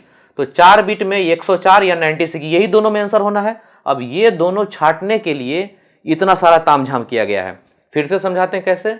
दूसरे ट्यूनिंग फॉर्क को वैक्सिंग किया गया है। तो वैक्सिंग करने से ये घटकर यहां आया और ये घटकर यहां गया। अब हम बीट देखते हैं तो ये बीट एक आता है और एक बीट ये आता है। तो ये घटा हुआ बीट है, यहां बढ़ा हुआ बीट है। क्वेश्चन में यहां पे ऐसा लिखता, वैक्सिंग करने से बीट यहां पे ऐसे लिख जाए, घट कर, ऐसा करके लिख जाए, घट जाए और घट कर 2 बीट हो जाए, तब बताइए क्या होगा। तो बीट क्या हो रहा है? घट रहा है। वैक्सिंग करने से यहां से तो ये तो नीचे उतर गया। अब ये घटा हुआ बीट है, ये बढ़ा हुआ बीट है। बीट क्या बोलता है? घटता है। तो बीट घट रहा है, मतलब यहां से आया होगा, यहां से ये चीज नीचे आया होगा, तभी ना ये चीज गैप घट रहा है। तब आंसर कौन सा होता? 104 बोलते। तो समझ में आ रहा है ना। ये बीट घटा हुआ है तो ये आंसर, बीट बढ़ा हुआ है तो ये वाला आंसर। तो इसमें 96 होगा। लेकिन इस तरह के क्वेश्चन में आंसर पहला वाला जो लाइन में बीट लिखा रहेगा ना फर्स्ट सेंटेंस में, वहीं पे आंसर रहता है।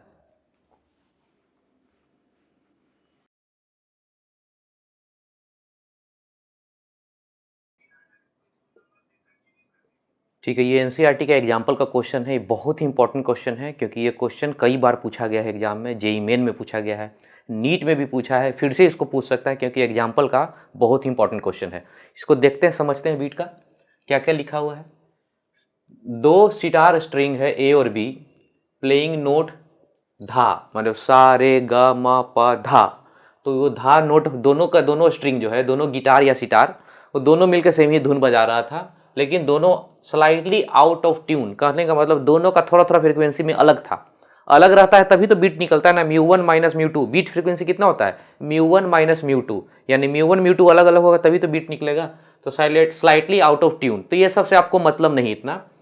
प्रोड्यूस कितना करता है? 5 बीट प्रोड्यूस करता है ये 5 बीट। तो आपको बोले थे कि जो पहला लाइन, जो फर्स्ट सेंटेंस में कहीं बीट दिखे, यहीं में आंसर छुपा हुआ है। यानी कि जो आपका आंसर फाइनली आने वाला है इसी 5 बीट से आंसर निकल कर आएगा। ठीक है, क्लियर। अब आगे चलिए। कह रहा है कि tension in be slightly increase. तो टेंशन बढ़ाने से क्या होता है? धागे में, स्ट्रिंग में टेंशन बढ़ाइएगा तो फ्रीक्वेंसी बढ़ता है। तो फ्रीक्वेंसी बढ़ता है, क्या लिखा है? Beat frequency found to decrease. तो बीट जो है, beat frequency found to decrease, ये घटता है। कितना घट के होता है? 3। इससे आपको आंसर में कोई मतलब नहीं है इतना कि घटकर कितना होता है, इतना इससे हमको आंसर में कोई फर्क नहीं पड़ेगा। आंसर तो यहीं पे छुपा हुआ है, यहीं से आंसर निकलेगा 5 बीट से। यहां से आंसर नहीं निकलेगा। जो बीट घटकर 3 हो जाता है यहां से नहीं। What is the original frequency of B? B का चाहिए हमको फ्रीक्वेंसी कितना है। फ्रीक्वेंसी ऑफ ए दिया हुआ है 427। तो शुरू करते हैं, स्केल की तरह बनाएंगे यहाँ पे। तो यहां पहले लिख लेंगे ए का फ्रीक्वेंसी कितना है? 427। ठीक, ए का हो गया। अब अपने को बी चाहिए, तो यहां पे कितना बीट बनाता था? लिखा है ना क्वेश्चन, ए और बी मिलकर कितना बीट शुरू में बनाता है? 5। तो इससे 5 ऊपर या इससे 5 नीचे। तो बी या तो यहां होगा या तो बी यहां होगा। इससे 5 ऊपर कर दें, 5 ऊपर करें तो कितना हो जाएगा? 5 जोड़ेंगे इतना, और 5 कम कर दें तो कितना हो जाएगा? इसमें 5 घटा लीजिए तो इतना। या तो आंसर यहां होगा या तो आंसर यही होगा। ये हो गया 5, ये गैप जो है 5 का, ये दोनों 5 का है। तो इसी में आंसर बोले थे कि छुपा हुआ है। तो आंसर या तो ये होगा या तो ये होगा। ये कंफर्म मान लीजिए 50-50 आपको निकल गया, या तो ये या तो ये। अब आगे बढ़ते हैं। अब इसका काम करते हैं, टेंशन स्ट्रिंग बी का स्लाइटली इंक्रीज करते हैं।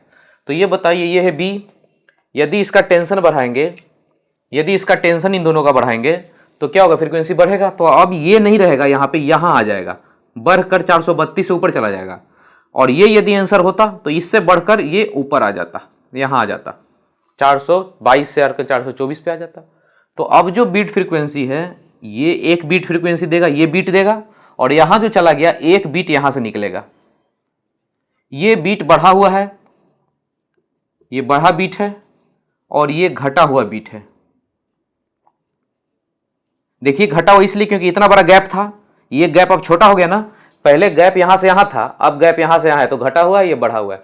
अब क्वेश्चन में घटा है कि बढ़ा है, बीट फ्रीक्वेंसी डिक्रीज, देखिए क्या लिखा हुआ है, डिक्रीज, घटा है और घटकर 3 हो गया है। घटकर कितना हुआ है वो इंपॉर्टेंट नहीं है, पर घटा है ये इंपॉर्टेंट है।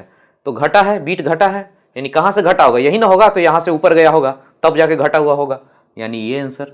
आपको शुरू में ही बोले ये जो 5 है इसी में आंसर है, तो ओरिजिनल 427 था, तो या तो 5 ये वाला होता या तो 5 नीचे ये वाला होता, तो ये आंसर आया। तो इसका आंसर हो गया 422। देख लीजिए, समझ लीजिए कि बीट का क्वेश्चन कैसे बनता है।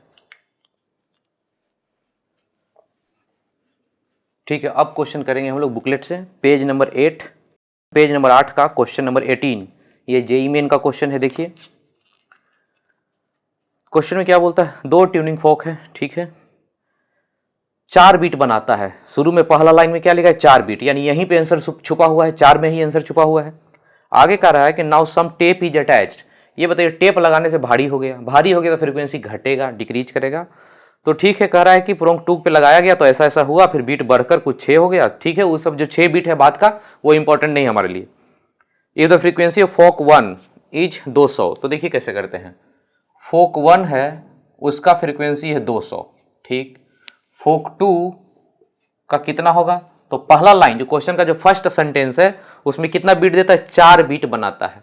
तो 4 इससे ज्यादा या 4 इससे कम, या तो ये आंसर होगा या फिर ये आंसर होगा। ठीक है, अब क्वेश्चन में पढ़ते हैं बीच वाला line, some tape is attach on the prongs of fork 2, यानी फोक 2 में टेप को लगाया गया है। टेप लगाने से क्या होता है, फ्रीक्वेंसी घट जाता है ना, भारी हो जाता है, तो घट के ये वाला यहां आ जाएगा, और यहां पे ये आंसर होता तो घट कर ये हो जाता। तो ये बीट हो गया घटा हुआ, और यहां से ये बीट हो गया बढ़ा हुआ, ये बढ़ा हुआ बीट, देख रहे हैं ना कितना लाइन लंबा हो गया, ये घटा हुआ हो गया, घटा बीट। अब आंसर में क्या बोला है, बढ़ा है बीट कि घटा है बीट। तो क्वेश्चन में कहता है कि ऐसा काम जब किए, टेप पे लपेट दिए तो क्या हुआ, अब हो गया क्या है कि sounded together 6 beat per second are heard, यानी कि 6 हो गया बीट बढ़ के, पहले 4 था, ये बीट कितना था, पहले 4 था, अब बढ़कर 6 हो गया, देख रहे हैं ना कितना बढ़ गया है। तो कह रहा है कि क्वेश्चन में ओरिजिनल फ्रीक्वेंसी ऑफ फोक 2 का ओरिजिनल कौन सा होगा, ये ना होगा, क्योंकि बीट बढ़ा हुआ है, क्वेश्चन में बढ़ा है कहां से, यहीं से ना नीचे गया होगा, तो ये बढ़ गया होगा, आंसर हो गया 196, यानी इसका आंसर हो गया डी। क्वेश्चन में बोलता कि बीट घटकर पहले 4 था अब 3 हो गया है, तो ये घटा हुआ दिख रहा है, ये घटा हुआ है, तब आंसर इसको बोलते हैं। ठीक है, नेक्स्ट क्वेश्चन पेज नंबर 9 का क्वेश्चन नंबर 20। देखिए क्वेश्चन, ट्यूनिंग फोक नॉन फ्रीक्वेंसी, ट्यूनिंग फोक का फ्रीक्वेंसी है 256, उसका फ्रीक्वेंसी है 256। करा make 5 beat per second with vibrating a string of piano, यानी स्ट्रिंग के साथ 5 बनाता है। तो इसी 5 में आंसर छुपा हुआ होगा, तो 5 इससे ज्यादा या 5 कम, तो स्ट्रिंग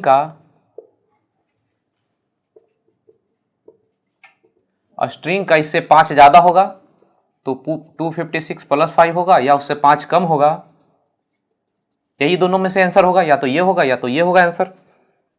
अब कह रहा है क्वेश्चन में, beat frequency decreases to 2 beat per second when tension in the piano string is slightly increased, यानी इस स्ट्रिंग में टेंशन को बढ़ाया जा रहा है, टेंशन बढ़ाने से फ्रीक्वेंसी बढ़ जाता है। तो अब यहां से ये यहां पे चला गया होगा ऊपर बढ़कर, या यहां होगा आंसर तो यहां बढ़ गया होगा, तो ये अब नया बीट हो गया, ये वाला बीट नया बढ़ा हुआ और ये घटा हुआ। अब क्वेश्चन में देखिए बढ़ा हुआ पूछता है कि घटा हुआ क्वेश्चन। अब क्वेश्चन में कह रहा है बीट फ्रीक्वेंसी डिक्रीज टू 2, घटा है, ये ना डिक्रीज हो गया है, ये डिक्रीजेस है, डिक्रीज कर गया है बीट, तो कहां से घटा होगा, यहीं से ना ऊपर गया होगा, तब ये घटा हुआ है, ये वाला आंसर हो गया, यानी आंसर हो गया सी। नेक्स्ट क्वेश्चन करते हैं पेज नंबर 39 का क्वेश्चन नंबर 29। ये एनसीईआरटी एग्जाम्पलर का क्वेश्चन है, इसको भी वीवीआई का मार्क लगा, ये बहुत इंपॉर्टेंट है। देखिए आप लोग में जितने लोग कंसस हैं, जितना इंपॉर्टेंट मार्क लगाते हैं उसको जरूर डिवाइड करके जाइएगा, नहीं कंसस आप हैं तो आप एग्जाम में फेल होकर आइएगा। मेरा इतना मेहनत करने के बाद भी आप फेल हो जाते हैं, कब नंबर आता है तो सिर्फ आपका गलती है। आप जितने को इंपॉर्टेंट बोलते हैं जरूर इसको रिवाइज कीजिएगा, बहुत सोच समझ के हम बोलते हैं क्यों इंपॉर्टेंट वो है। तो देखिए इस क्वेश्चन को कीजिए, पेज नंबर 39 का 29 एनसीईआरटी एग्जाम्पलर का है। क्या क्वेश्चन बोलता है, डायग्राम बनाइए। ए का है 512, ठीक, ए का दिया हुआ है 512, ठीक। अब 5 बिट बनाता है अनदर ट्यूनिंग फोक बी के साथ, तो 5 में ही आंसर छुपा हुआ है, शुरू में 5 लिखा, इसी में आंसर छुपा हुआ है, तो जो बी होगा या तो 5 ज्यादा होगा या 5 कम होगा। 5 ज्यादा करेंगे +5 -5, 5 ज्यादा 5 कम। अब आगे देखते हैं क्या लिखा हुआ है। If B is loaded with wax, B को भारी कर रहे हैं, बी को लोड कर रहे हैं, लोड करने वाला वैक्स मोम लपेट दे तो भारी हो जाएगा, तो फ्रीक्वेंसी घटेगा ना, ये धीरे धीरे ना वाइब्रेट करेगा तो वो घटेगा, तो वैक्सिंग करने से ये नीचे चला गया, यहाँ पे चला गया, और ये चीज यहाँ चला गया। अब ये बीट हो गया घटा हुआ और ये बीट हो गया बढ़ा हुआ।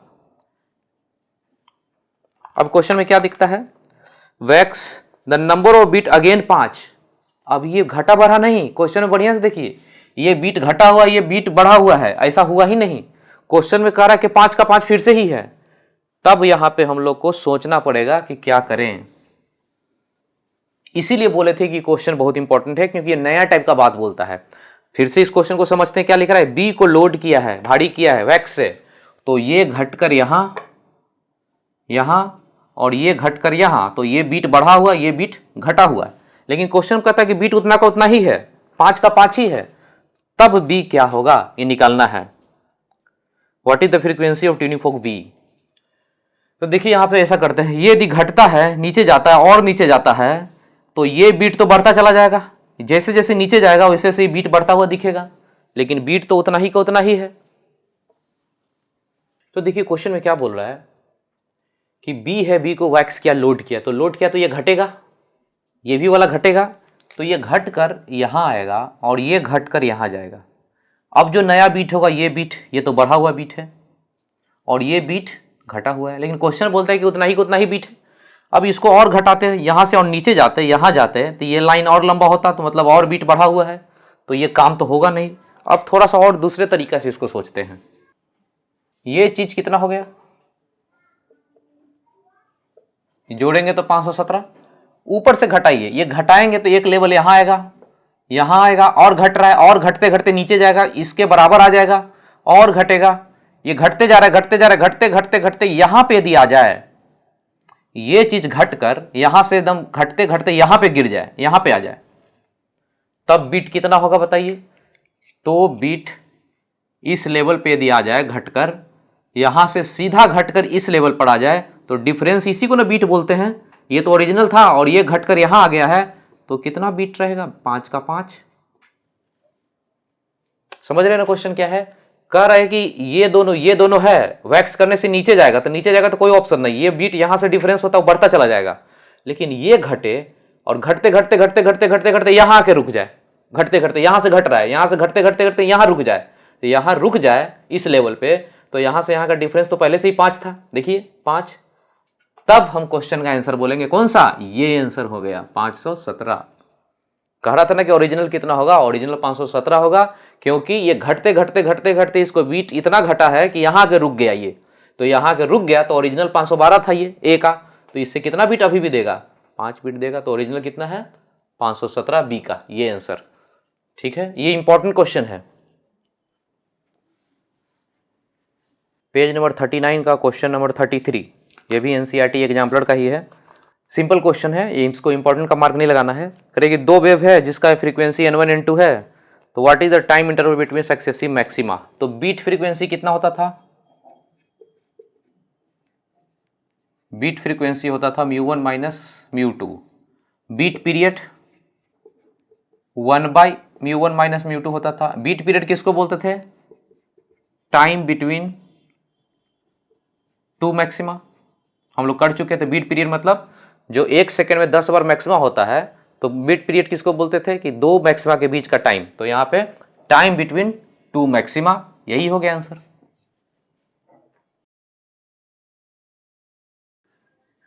एक क्वेश्चन और कर लेते हैं, बाकी आपका खुद का हो ही जाएगा क्वेश्चन खुद से। पेज नंबर 21 उसका क्वेश्चन नंबर 2, यह है नीट 2020 का क्वेश्चन। देखिए क्वेश्चन उसी टाइप का है जैसे अभी करते आ रहे हैं। 2 स्ट्रिंग है गिटार का ए बी, और दोनों का बीट फ्रीक्वेंसी शुरू में कितना दिया, फर्स्ट सेंटेंस में 6, यानी आंसर है यही 6 में आंसर है छुपा हुआ। आगे लिखता है कि tension in be slightly decrease करते हैं तो फिर बीट ऐसा होकर 7 हो जाता है, इससे मतलब नहीं है अपने को। If the frequency A is 530, question में ये ए का फ्रीक्वेंसी है 530, ठीक है, तो बी का कितना होगा, तो बी का कितना बनाता है, शुरू वाला फर्स्ट सेंटेंस में बोलता है 6 हर्ट्ज बनाता है बीट, तो 6 ज़्यादा होगा, इससे 6 कम होगा, या तो ये आंसर होगा या तो ये आंसर होगा। अब क्वेश्चन में आगे बढ़ते हैं, क्या लिख रहा है, tension in B is slightly decrease, B ये है, टेंशन को घटाएंगे तो फ्रीक्वेंसी घटेगा, तो ये चीज़ यहाँ हो जाएगा और ये चीज़ यहाँ हो जाएगा, ये अब नया बीट होगा और ये वाला अब नया बीट होगा, ये बढ़ा हुआ बीट दिख रहा है, ये घटा हुआ दिख रहा है। क्वेश्चन में क्या बोलता है, बीट फ्रीक्वेंसी इंक्रीज होकर 7 हो जाता है, तो ये इंक्रीज किया हुआ है, इंक्रीज यहीं से ना हुआ होगा, तो आंसर ये हो गया 524, यानी आंसर सी।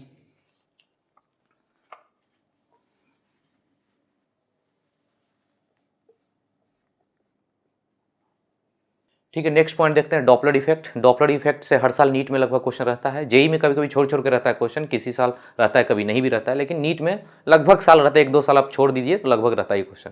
तो इसको समझ लेते हैं, बहुत ही आसान है डॉपलर इफेक्ट, आप लोग भी जानते होंगे। इसमें मेन पॉइंट होता है कि कैलकुलेशन कैसे किया जाए, तो उसको समझाएंगे, पहले देख लेते हैं। तो जैसे मान लेते हैं कि यहाँ सोर्स है और यहाँ ऑब्जर्वर है। सोर्स कहने का मतलब कोई म्यूजिक सिस्टम हो जो वहाँ से आवाज़ निकलता हो, ये दोनों रुका हुआ है, सोर्स ऑब्जर्वर दोनों रुका हुआ है, तो जितना ये फ्रीक्वेंसी है उतना ही फ्रीक्वेंसी ऑब्जर्वर को सुनाई देगा। लेकिन जैसे ही दोनों चलने लगे, इन दोनों के बीच आपस में कुछ मोशन हो जाए, दूर जाए, नज़दीक जाए, ये जो डिस्टेंस है ये डिस्टेंस घटने लगे, ये डिस्टेंस घटे या बढ़े, उस केस में इसको जो सुनाई देगा फ्रीक्वेंसी, वो अलग फ्रीक्वेंसी सुनाई देगा, ये नहीं सुनाई देगा, इसको अलग कुछ सुनाई देगा, या तो ज़्यादा सुनाई देगा या फिर कम सुनाई देगा। तो मान लेते हैं कि ये चलने लगा, VS बोलेंगे स्पीड सोर्स का, ये ऑब्जर्वर का है, VO ऑब्जर्वर का स्पीड है, तो ये जो फ्रीक्वेंसी सुनाई देगा इसको, उसका फार्मूला है V + - VO V + - VS into mu naught. Mu naught तो हो गया ओरिजिनल फ्रीक्वेंसी सोर्स का, ये हो गया साउंड का स्पीड जो लगभग 340 या 330 ऐसा ही कुछ लेते हैं, वो दिया रहेगा क्वेश्चन में, ये साउंड का स्पीड है, और ये दोनों है ऑब्जर्वर सोर्स का, ये हो गया ऑब्जर्वर का स्पीड और VS हो गया सोर्स का स्पीड। अब रह गया प्लस माइनस, तो प्लस माइनस को देखते हैं ये साइन कैसे लिया जाए। मेन यहाँ पे साइन लेने का ही थोड़ा सा कॉन्सेप्ट को समझना है आपको। तो ये हो गया डॉपलर इफेक्ट में इसको जितना सुनाई देगा वो फ्रीक्वेंसी। अब यहाँ पे एक चीज को समझिए, सोर्स और ऑब्जर्वर के बीच का दूरी घटेगा तो आपको फ्रीक्वेंसी ज्यादा सुनाई देगा। जैसे मान लेते हैं कि आप ये हैं और ट्रेन आपकी तरफ आ रहा हो, ट्रेन आपकी तरफ आ रहा हो तो ज्यादा फ्रीक्वेंसी आपको तेज सुनाई देगा, ज्यादा फ्रीक्वेंसी। अब यहाँ पे आप हैं और ट्रेन आगे निकल गया, यहाँ से आया और गुजर कर ट्रेन निकलता जा रहा है, तेजी से जा रहा है, तब आपको कम सुनाई देगा। यानी कि डिस्टेंस जब बढ़ने लगे, इन दोनों का जो गैप है बढ़ने लगे तो कम सुनाई देगा, और जब डिस्टेंस ये जो है कमने लगे तो आपको ज़्यादा तेज आवाज़ सुनाई देगा, तेज फ्रीक्वेंसी, ज़्यादा फ्रीक्वेंसी सुनाई देगा। तो उसी के अनुसार हम लोग यहाँ पे डिसाइड करेंगे कि प्लस होगा कि माइनस साइन। लेकिन उसके पहले यहाँ पे देखिए, जैसे मान लेते हैं कोई टर्म है Z = 2/3, इसको हमको बढ़ाना है, पूरा क्वांटिटी को ही बढ़ाना है, बढ़ाने का मन है तो ऊपर में बढ़ाइए, बढ़ाने का मर्जी होता है। जैसे Z = A/B है, यदि इसको बढ़ाना हो तो ऊपर वाले को बढ़ाइए और नीचे वाले को घटाइए। ये डिनोमिनेटर है ना, जितना कम ये होगा, जितना कम होगा क्वांटिटी ज़्यादा हो जाएगा। तो Z को बढ़ाना हो तो ऊपर में बढ़ाइए और नीचे में घटाइए। उल्टा काम करना हो, Z को घटाना हो, इस Z को घटाना हो तो ऊपर में घटा लीजिए और B को क्या कीजिए, बढ़ा दीजिए, तो ये घट जाएगा क्वांटिटी। ऐसा काम कीजिएगा तो एग्जाम्पल से यहाँ समझ में आएगा। जैसे Z = 2/3 है, अब हम इसको बढ़ाना है और एक बार घटाएंगे, 2/3 है, इसको घटाना है। इसको यदि बढ़ाना होगा तो ऊपर में बढ़ाएंगे तो ऊपर बढ़ा के 3 कर लेते हैं और नीचे घटाकर 2 कर लेते हैं। एक ऊपर बढ़ा लिए, एक घटा लिए। अब इसका ये क्वांटिटी 1 से छोटा था, अभी 1 से ज़्यादा हो गया, 3/2 1.5 होता है, तो ये बढ़ गया। तो क्या किए, ऊपर में बढ़ाए और नीचे में घटा लिए। अब हमको Z को घटाना है, तो घटाने के लिए ऊपर में घटाइए और नीचे में बढ़ाइए। तो ऊपर में 1 कर लिए और नीचे घटा के 1/4, तो 1/4 2/3 से छोटा है, ये 0.6 है, 0.2 है, 25 है। तो देखिएगा, बढ़ाना घटाना को यहाँ से समझ लीजिए। बढ़ाना हो क्वांटिटी को तो न्यूमरेटर को बढ़ाइए और नीचे को घटाइए। तो ये चीज़ का इस्तेमाल हम लोग करेंगे यहाँ पे साइन के लिए। बहुत सिंपल है, थोड़ा सा आपको लग रहा होगा यहाँ पे, लेकिन जैसे ही लिखेंगे आपको सब समझ में आएगा।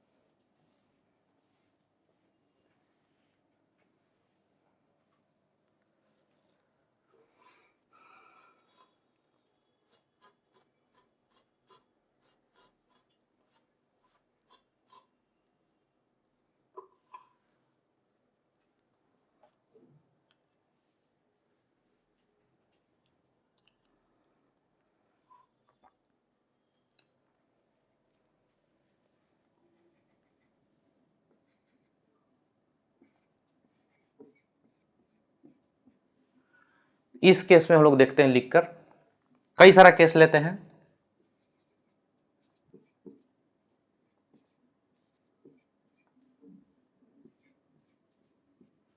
ये 2 केस लिए हैं, दोनों के लिए हम लोग फार्मूला लिखते हैं, डॉपलर इफेक्ट का फार्मूला फ्रीक्वेंसी का।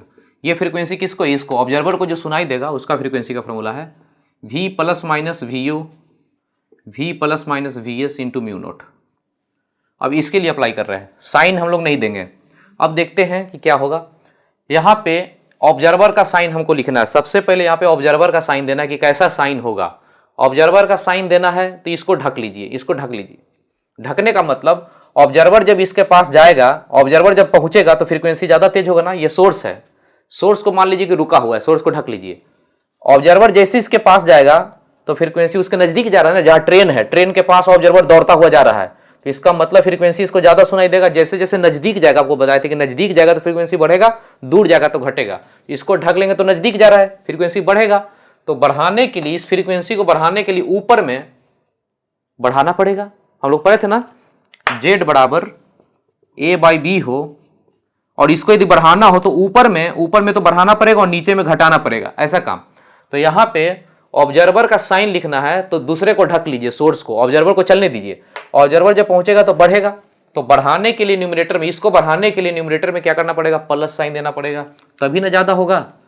अब नीचे में आ जाइए, यहाँ पे 2 ही साइन था ना, या तो प्लस या माइनस, तो यहाँ प्लस होगा। अब यहाँ पे डिसाइड करना है कि प्लस की माइनस। तो सोर्स के बारे में, सोर्स का साइन लिखना है इसका, तो इसको ढक लीजिए। इसको ढक लेंगे तो ये इसके पास जाएगा, नजदीक जा रहा है, फ्रीक्वेंसी फिर से बढ़ेगा।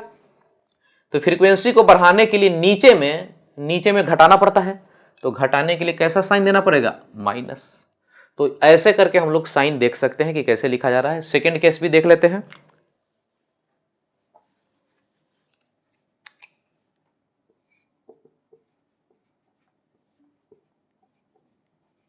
अब यहां साइन लिखना है तो ऑब्जर्वर का साइन यदि लिखना है, ऑब्जर्वर का साइन लिखना है, इसका साइन, तो इसको ढकेंगे, इसको ढक लिए।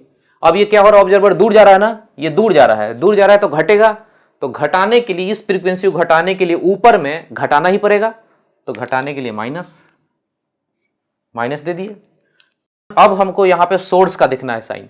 सोर्स के लिए इसको ढक लीजिए, ढक लेंगे तो इसके पास पहुंचेगा ना, ये सोर्स इसके पास पहुंच रहा है तो क्या होगा, फ्रीक्वेंसी बढ़ेगा। इसको ढक लिए है, इसको ढक लिए तो सोर्स वहां पे जा रहा है तो फ्रीक्वेंसी बढ़ेगा। तो बढ़ाने के लिए इसको, फ्रीक्वेंसी को डिनोमिनेटर में क्या करना पड़ेगा, घटाना पड़ेगा। तो यहां पे माइनस साइन होगा। बढ़िया से फिर से देख लीजिए, ऊपर वाला तो आपको समझ में आ गया होगा, ये इसको फिर से समझाते हैं। इसको पकड़ लिए तो इसके पास सोर्स पहुंच रहा। अब इससे मतलब नहीं है कि क्या हो रहा है, इसको रोक दीजिए। इसको पकड़ लेना मतलब रोक देना। इसके पास जा रहा है तो फ्रीक्वेंसी बढ़ेगा। तो बढ़ाने के लिए डिनोमिनेटर में क्या होता है, घटाना पड़ता है, तो माइनस लगा दिया यहाँ पे साइन। एक और केस ले लेते हैं।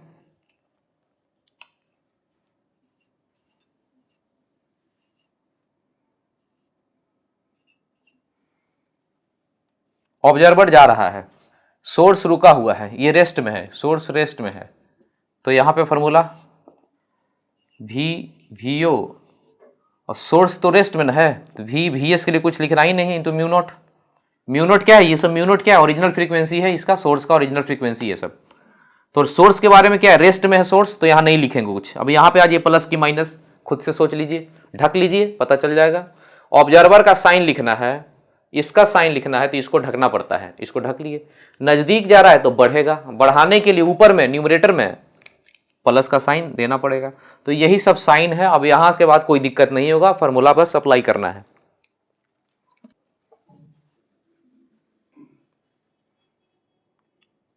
मान लेते हैं कि रेलवे ट्रैक है और यहां पे कोई आदमी है, मतलब ऑब्जर्वर है। ट्रेन यहां पे है, ट्रेन कहने का मतलब सोर्स ऐसे जा रहा है वीएस स्पीड से, और ट्रेन चलते चलते यहाँ तक पहुँच गया, और यहाँ भी स्पीड से ये सोर्स जा रहा है। सोर्स का फ्रीक्वेंसी म्यू नोट है, यहाँ भी सोर्स का है म्यू नोट फ्रीक्वेंसी, मतलब सीटी बजाता हुआ, हॉर्न बजाता हुआ ट्रेन जा रहा है। ऑब्जर्वर यहाँ है। जब ऑब्जर्वर यहाँ हो तो बोल रहा है कि सोर्स जब यहाँ होगा तो कितना फ्रीक्वेंसी होगा। तो सबसे पहले दोनों को मिला लीजिए। कभी भी आपको डॉपलर इफेक्ट लगाना हो तो सोर्स ऑब्जर्वर के लिए एक लाइन खींचिए, एक लाइन में मिला लीजिए। जैसे मान लेते हैं कि सोर्स ऐसे जा रहा था, ऑब्जर्वर इधर था, तो पहले ऑब्जर्वर सोर्स का एक लाइन बना लीजिए, खींच लीजिए। अब उसके बाद जितना वेलोसिटी इसका है ऑब्जर्वर के डायरेक्शन में ले लीजिए कंपोनेंट, ये कंपोनेंट, तो मान लेते ये एंगल थीटा है, तो कंपोनेंट कितना हो जाएगा, वी एस कॉस थीटा, इसको बोलते हैं V S cos theta.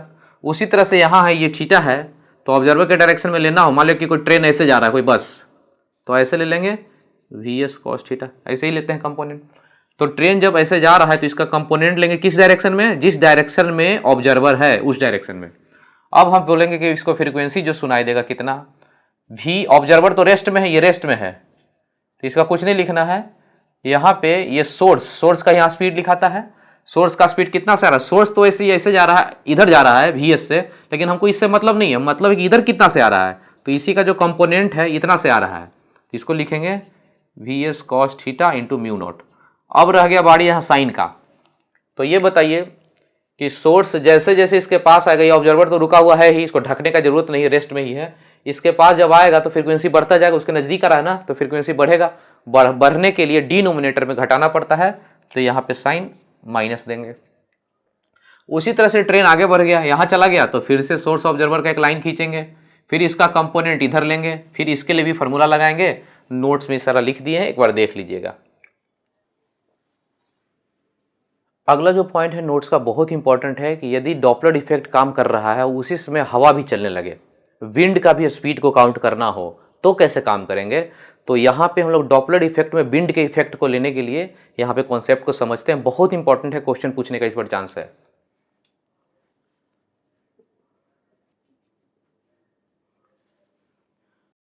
Wind के स्पीड को काउंट करते हैं, देखते हैं डॉपलर इफेक्ट में। सोर्स, यहाँ पे ऑब्जर्वर, सोर्स ऑब्जर्वर आपस में रुका रहे, चले कुछ भी करे, डॉपलर इफेक्ट जैसे लगता है वैसे ही लगेगा, पर इसका कैसे इस्तेमाल करना है देखिए। हो सकता है कि एक बार विंड ऐसे चले वी डब्ल्यू स्पीड से, या फिर विंड ऐसे चले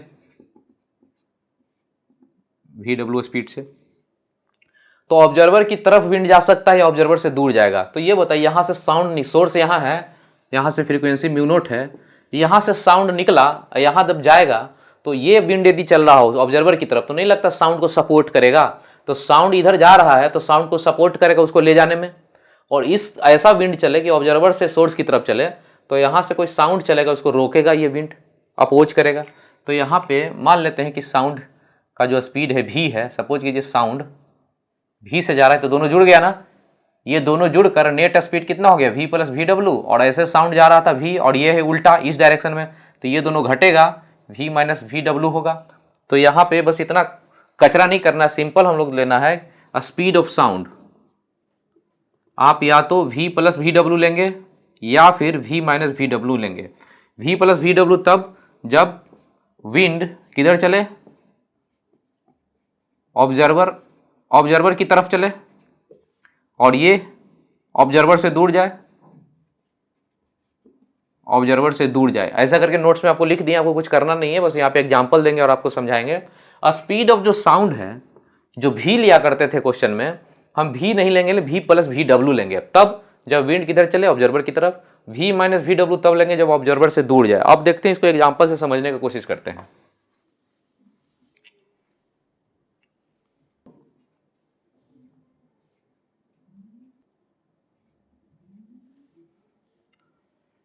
ठीक है, इस तरह से है कि एक ऑब्जर्वर है, सायरन यहाँ पे मान लीजिए सोर्स है, यहाँ पे फ्रीक्वेंसी निकाल रहा है। एक ऑब्जर्वर है जो स्कूटर से जा रहा है, कितना स्पीड से, वीओ से उसके तरफ जा रहा है। ठीक, विंड का स्पीड ऐसा है 10 मीटर पर सेकेंड से फ्लो कर रहा है। साउंड का जो स्पीड है, साउंड का 340 ले लीजिए, 340 मीटर पर सेकेंड। अब इस ऑब्जर्वर को कितना फ्रीक्वेंसी सुनाई देगा, क्वेश्चन ये है। ठीक, तो विंड के बारे में सबसे पहले सोचिए कि विंड का कैलकुलेशन यदि करना है, विंड को लेना है इसमें डॉपलर इफेक्ट में, तो विंड को देखना है कि ऑब्जर्वर की तरफ जा रहा है कि ऑब्जर्वर से दूर जा रहा है। तो ये विंड है जो ऑब्जर्वर की तरफ जा रहा है, तो ऑब्जर्वर की तरफ जाएगा तो प्लस लेंगे v plus V W, observer से दूर जाएगा तो v माइनस वी डब्ल्यू। तो यहाँ पे अब जो साउंड का स्पीड लेना है,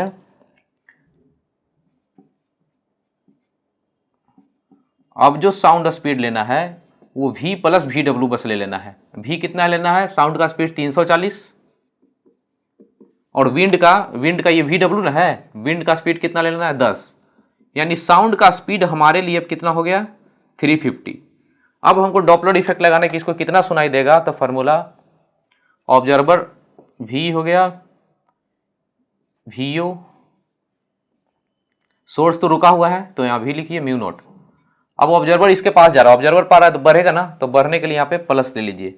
अब यहाँ पे V है स्पीड ऑफ साउंड, ये दोनों जो है स्पीड ऑफ साउंड है, तो स्पीड ऑफ साउंड की जगह कितना ले लेना है, V प्लस VW ले लेना है। बस इतना ही अब दिमाग लगाना है कि साउंड के स्पीड की जगह V प्लस VW लेना है, यानी 350 लेना है आपको, 340 नहीं लेना है। यहाँ 340 जो लिया हुआ था ये और ये दोनों को जोड़ के लेना है, तो यहाँ पे ले लेना है 350 और यहाँ भी 350। बाकी जो ऑब्जर्वर का स्पीड होगा यहाँ पे डालेंगे, कैलकुलेशन करेंगे। तो देख लीजिए, समझ लीजिए।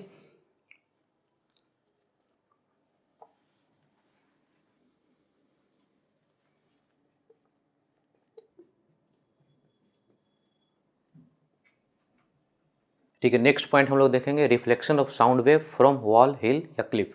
तो इस तरह में ऐसा क्वेश्चन रहेगा, देखिएगा डायग्राम बनाते हैं।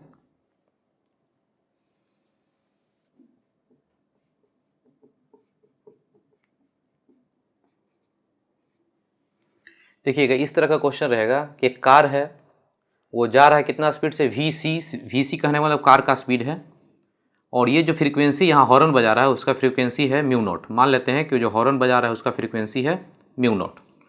तो यहाँ पे 3 तरह का ऑब्जर्वर है, एक ऑब्जर्वर ये है ए, एक ऑब्जर्वर आगे है, कार के आगे है, एक कार के पीछे है, और ये है ड्राइवर, ड्राइवर भी ऑब्जर्वर ही है।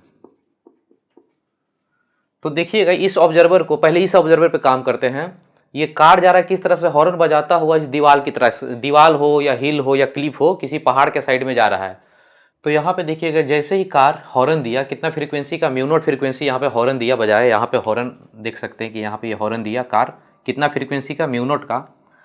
तो इस ऑब्जर्वर को क्या क्या सुनाई देगा, जैसे ही हॉर्न मारा एक आवाज़ आया, इसको सुनाई दिया, और एक होगा कि आवाज़ गया यहाँ दीवार से या हिल से टकराकर लौटा, रिफ्लेक्ट करके आया। तो इस ऑब्जर्वर को 2 तरह का आवाज़ सुनाई देगा, एक डायरेक्ट और एक रिफ्लेक्टेड वाला। 2 तरह का फ्रीक्वेंसी सुनाई देगा, म्यू1 म्यू2 लिख लेते हैं। एक तो जैसे ही हॉर्न मारा डायरेक्ट आया, आवाज़ सुनाई दिया, और एक गया और इसे टकराने के बाद दीवार से या हिल से वापस आ गया, जैसे ही टकराया तो होकर वापस आया तो यहाँ दिया, यानी डायरेक्ट और रिफ्लेक्टेड 2 तरह का सुनाई दिया। इस ऑब्जर्वर के बारे में बात करें तो यहाँ से जो गया, जैसे हॉर्न मारा वो जाके तुरंत इसको सुनाई दिया, तो एक तो इसको डायरेक्ट सुनाई दिया, दूसरा यहाँ से आवाज़ गया और इस पहाड़ से टकराया और टकरा कर लौटा, यानी कि रिफ्लेक्टेड वाला, इसको भी सुनाई देगा। 2 तरह का। ये ड्राइवर के बारे में, ये भी ऑब्जर्वर ही, जो ड्राइवर है अंदर में नहीं बनाए, ऊपर में बना दिए हैं, ये ड्राइवर इसको 2 तरह का, इसको भी सुनाई देगा, ये भी ऑब्जर्वर है। एक जैसे ही हॉर्न मारा इसका, वो हॉर्न का फ्रीक्वेंसी म्यू नॉट है तो इसको तुरंत सुनाई दिया, एक फ्रीक्वेंसी तो वही सुनाई दे दिया डायरेक्ट वाला। जैसे ही हॉर्न मारा डायरेक्ट खुद सुन लिया, जैसे हॉर्न मारा खुद पहले सुन लिया, तो ये डायरेक्ट सुनाई दिया। और एक सुनाई देगा, ये भी डायरेक्ट बोलिए कि ये डायरेक्ट वाला सुनाई इसको दिया। और एक होगा कि यहां से गया और टकरा कर जब लौटा तो फिर से ड्राइवर को सुनाई दिया, तो दूसरा भी इसको सुनाई देगा, ये रिफ्लेक्टेड वाला।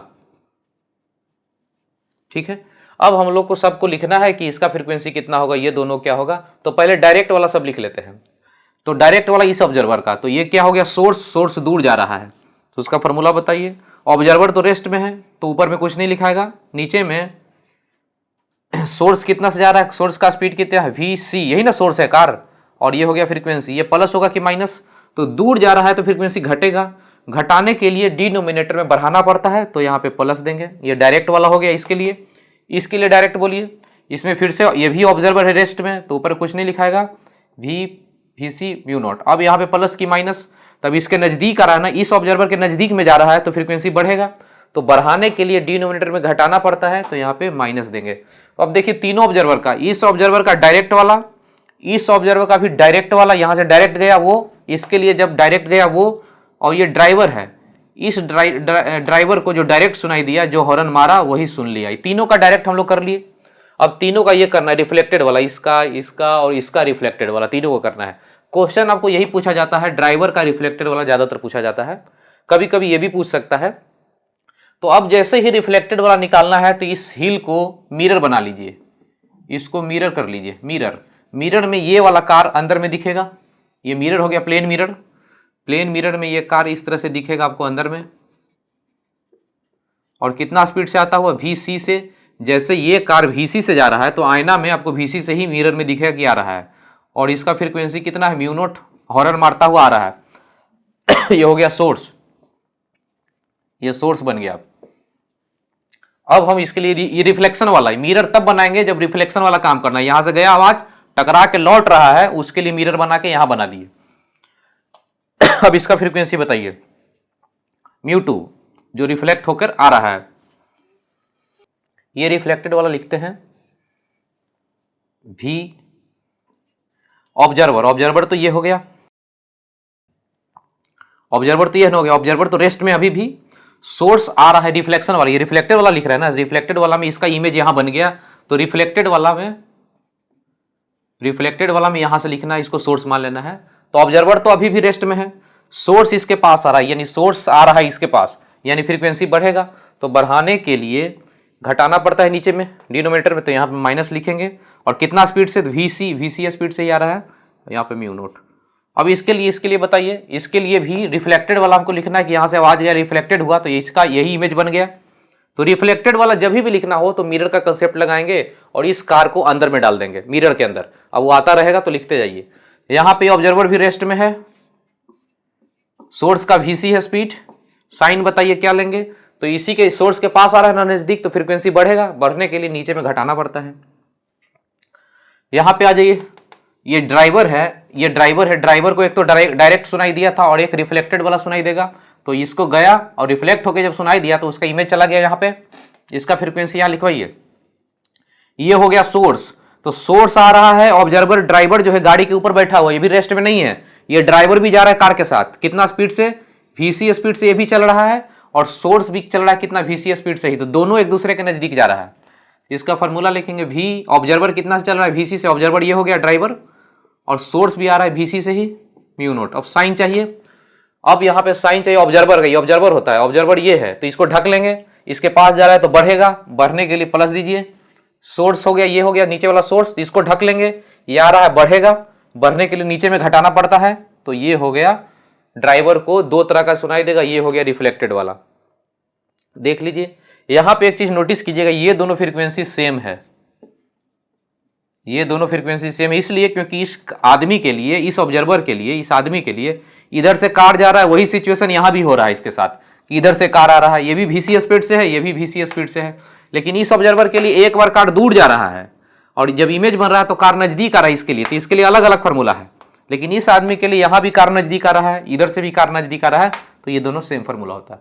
नोट्स में देख लीजिएगा, पूछा बस ये जाता है, सबसे ज्यादा यही पूछा जाता है कि कार के ड्राइवर को रिफ्लेक्टेड वेव का फ्रीक्वेंसी कितना सुनाई देगा, यही पूछा जाता है।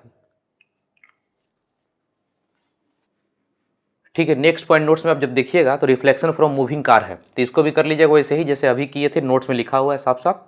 और एक है पॉइंट एनसीईआरटी का डॉपलर शिफ्ट। तो डॉपलर शिफ्ट मतलब कुछ नहीं, जैसे डॉपलर इफेक्ट में फ्रीक्वेंसी बदल जाता है ना, ओरिजिनल से अलग होता है फ्रीक्वेंसी आता है, तो जो फ्रीक्वेंसी का डिफरेंस होता है इसी को शिफ्ट बोलते हैं, डॉपलर शिफ्ट बोलते हैं। तो इसको एक बार देख लीजिए कहाँ कहाँ इस्तेमाल होता है, सब लिखा हुआ एनसीईआरटी का पॉइंट है, तो हो सकता है आपको मे भी क्वेश्चन पूछे। एक क्वेश्चन एनसीईआरटी का है, एग्जाम्पल है, इसको लिखते हैं और देखते हैं।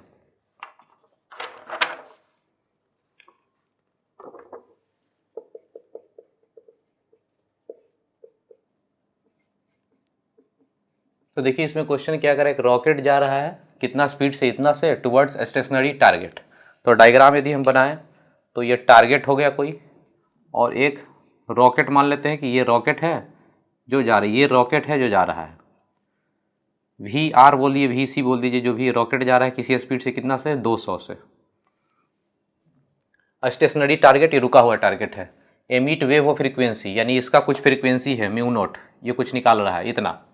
Find the frequency of echo. Echo कहने का मतलब जो टकरा कर इको होता है यानी कि रिफ्लेक्ट करके आता है, लिखा भी है reflection, as detected by rocket. तो कह रहा है कि जब ये गया और टकरा के जब लौटा तो रॉकेट कितना डिटेक्ट किया, ये पूछ रहा है। देखिए question, find frequency of echo as detected by rocket. तो रॉकेट को कितना सुनाई दिया, यानी ये आवाज गया और टकरा कर जब लौटा तो इसको कितना आया, सुनाई दिया, यानी वो ऐसा ही हो गया कार वाला टाइप का क्वेश्चन, कार के ऊपर जो ड्राइवर हुआ करता था वही, और ये जो स्पीड हो गया रॉकेट का, इसको VC लिख लीजिए, कार का स्पीड। तो रिफ्लेक्शन वाले कॉन्सेप्ट में क्या होता था, इसी का इमेज बनाते थे ना, यहाँ पे ये हो गया इमेज, ये भी आ रहा है VC से ही, ये सोर्स बन गया है फ्रीक्वेंसी म्यू नॉट लेकर। बस इसको कितना सुनाई दे रहा है, जो ड्राइवर को सुनाई देता था रिफ्लेक्शन वाला, ये मिरर बन चुका है। तो वही फॉर्मूला याद रखिएगा, V plus VC V minus VC into mu naught.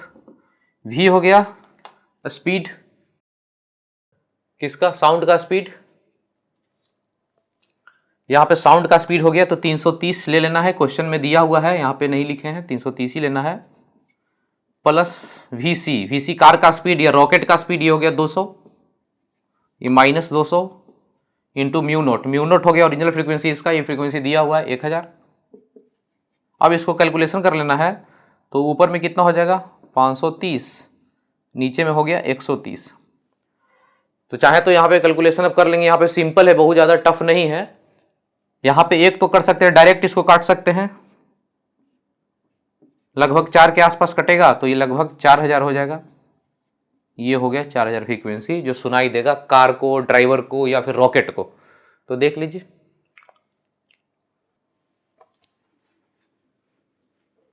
ठीक है। डॉपलर इफेक्ट तो हम लोग सीख लिए, लेकिन कैलकुलेशन करने में इसमें दिक्कत होगा। डॉपलर इफेक्ट किस तरह का कैलकुलेशन आता है वो सीख लीजिए, कैसे फास्ट करते हैं। डॉपलर इफेक्ट में फ्रीक्वेंसी जब निकालेंगे तो इस तरह से कुछ मान लेते हैं कि ऐसा आ जाता है।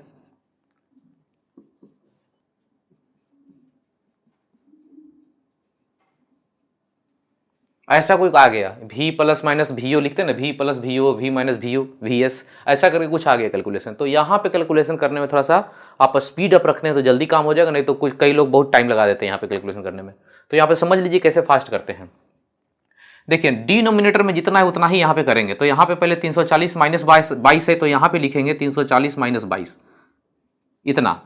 हम माइनस 22 लिखे तो एक प्लस 22 भी लगाएंगे, इसलिए कि दोनों कट के इतना का इतना हो गया, यानी इसको सिर्फ लिख रहे हैं। इसको लिखना हो तो पहले इतना लिखेंगे नीचे वाला, ये माइनस 22 के साथ, उसके साथ इसके साथ प्लस 22 लगाएंगे ताकि ये दोनों कट कर फिर ऐसा ही हो जाए। और ये तो था ही,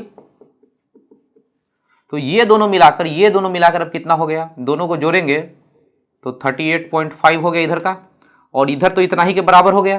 तो ये देखिए इससे ये कटेगा, ये दोनों कटेगा तो 1 बनेगा, यहाँ पे लिखेंगे 1, इससे ये कट गया पूरा, इतना है इतना ही ये है, तो कट के 1 बना, प्लस ऊपर हो गया 38.5 बटा, नीचे में घटाएंगे तो कितना हो जाएगा इंटू ये 400।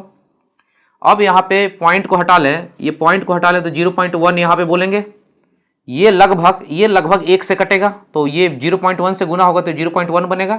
तो ये हो गया 1 प्लस 0.1 इंटू 400, तो 400 से गुना यहाँ पे होगा तो ये होगा 400 बनेगा, और 1 0 गया तो यहाँ पे 40 बनेगा, तो ये लगभग कितना हो जाएगा 440। तो इसको याद रखिए कैसे यहाँ पे फास्ट कैलकुलेशन करने के लिए पॉइंट दिया गया है कि कैसे, फिर से एक बार दिखाते हैं। जो डिनोमिनेटर में है उतना वहाँ लाने का कोशिश करेंगे। तो इसमें से 340 में से 22 घटाया है तो 22 घटाया, 22 जोड़ दिए, 22 और ये पहले से बचा हुआ था, ये दोनों मिलाकर इतना बना। अब इससे इसको भागा देंगे तो ये कट के 1 बना, यही टेक्निक है, इधर 1 बन गया, बाकी जो बचा हुआ उसको लिख दिए, कटेंगे तो ये 0.1 बनेगा। अब 400 से गुना करेंगे इसमें तो ये 40 बनेगा और ये 400 बनेगा। तो इस तरह से करेंगे तो थोड़ा सा जल्दी आपको हो जाएगा फास्ट। देखेंगे क्वेश्चन बनाएंगे तो ज़्यादा आपको समझ में आएगा।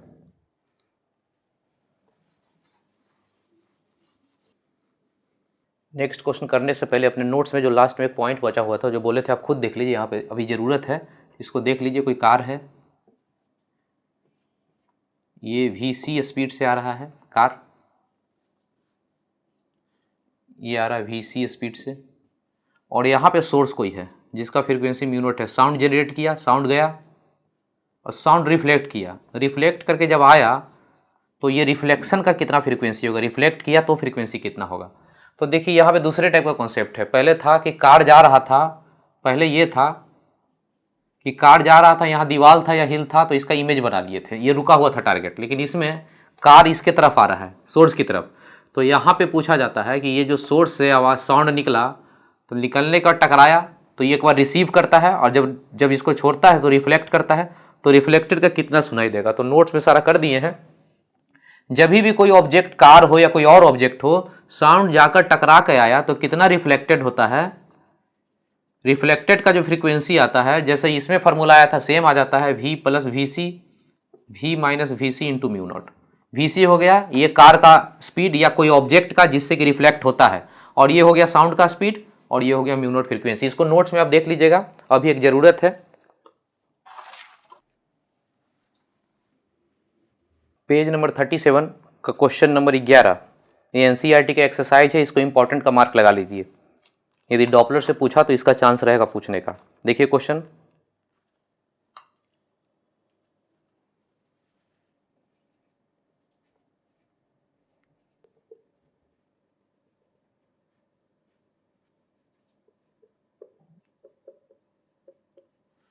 देखिए क्वेश्चन में क्या है, एक सोनार सिस्टम है। सोनार सिस्टम में कुछ नहीं होता है, साउंड को भेजा जाता है, ये मूविंग ऑब्जेक्ट है तो इसको रिफ्लेक्ट करा के कितना रिसीव करता है। यहाँ गया और ये मूविंग ऑब्जेक्ट है तो गया, टकराया और रिफ्लेक्ट किया। तो हम लोग देखे थे ना अभी, कार से जो रिफ्लेक्ट करता है, तो वही सेम चीज़ है। सबमेरीन की जगह कार हो गया, इसका स्पीड को हम लोग VC लिख लेते हैं, कार का स्पीड जैसा।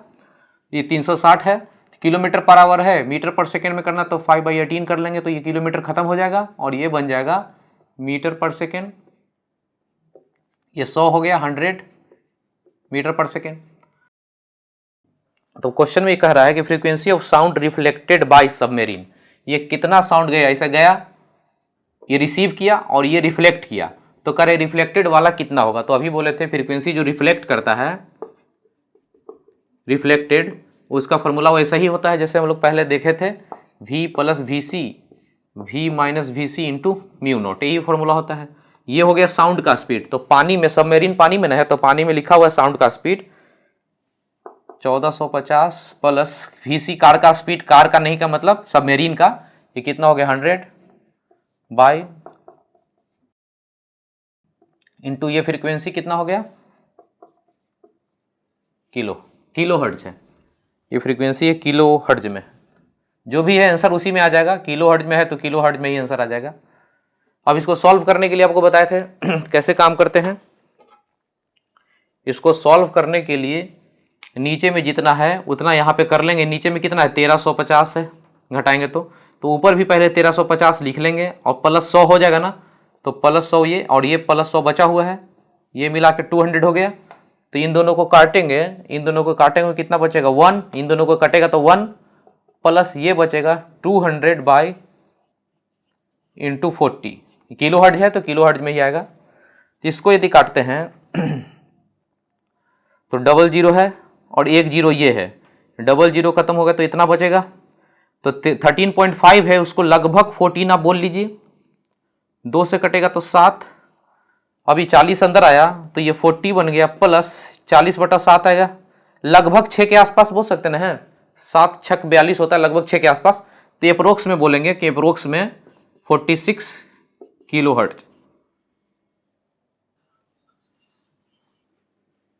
नेक्स्ट क्वेश्चन करते हैं, पेज नंबर 38 का क्वेश्चन नंबर 23 एनसीईआरटी एग्जाम्पलर का है। इसको VVI का मार्क लगाइए, बहुत ही इंपॉर्टेंट क्वेश्चन है, ये पूछ सकता है। देखिए क्वेश्चन क्या बोलता है,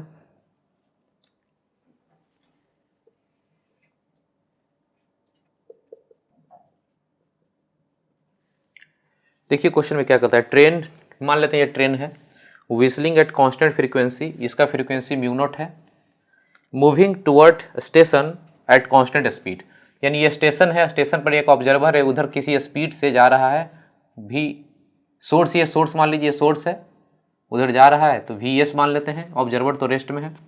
अब कह रहा है the train goes past stationary observer on the station, station पे जो ऑब्जर्वर रुका हुआ है अब ट्रेन पास कर गया, ये सोर्स का स्पीड है।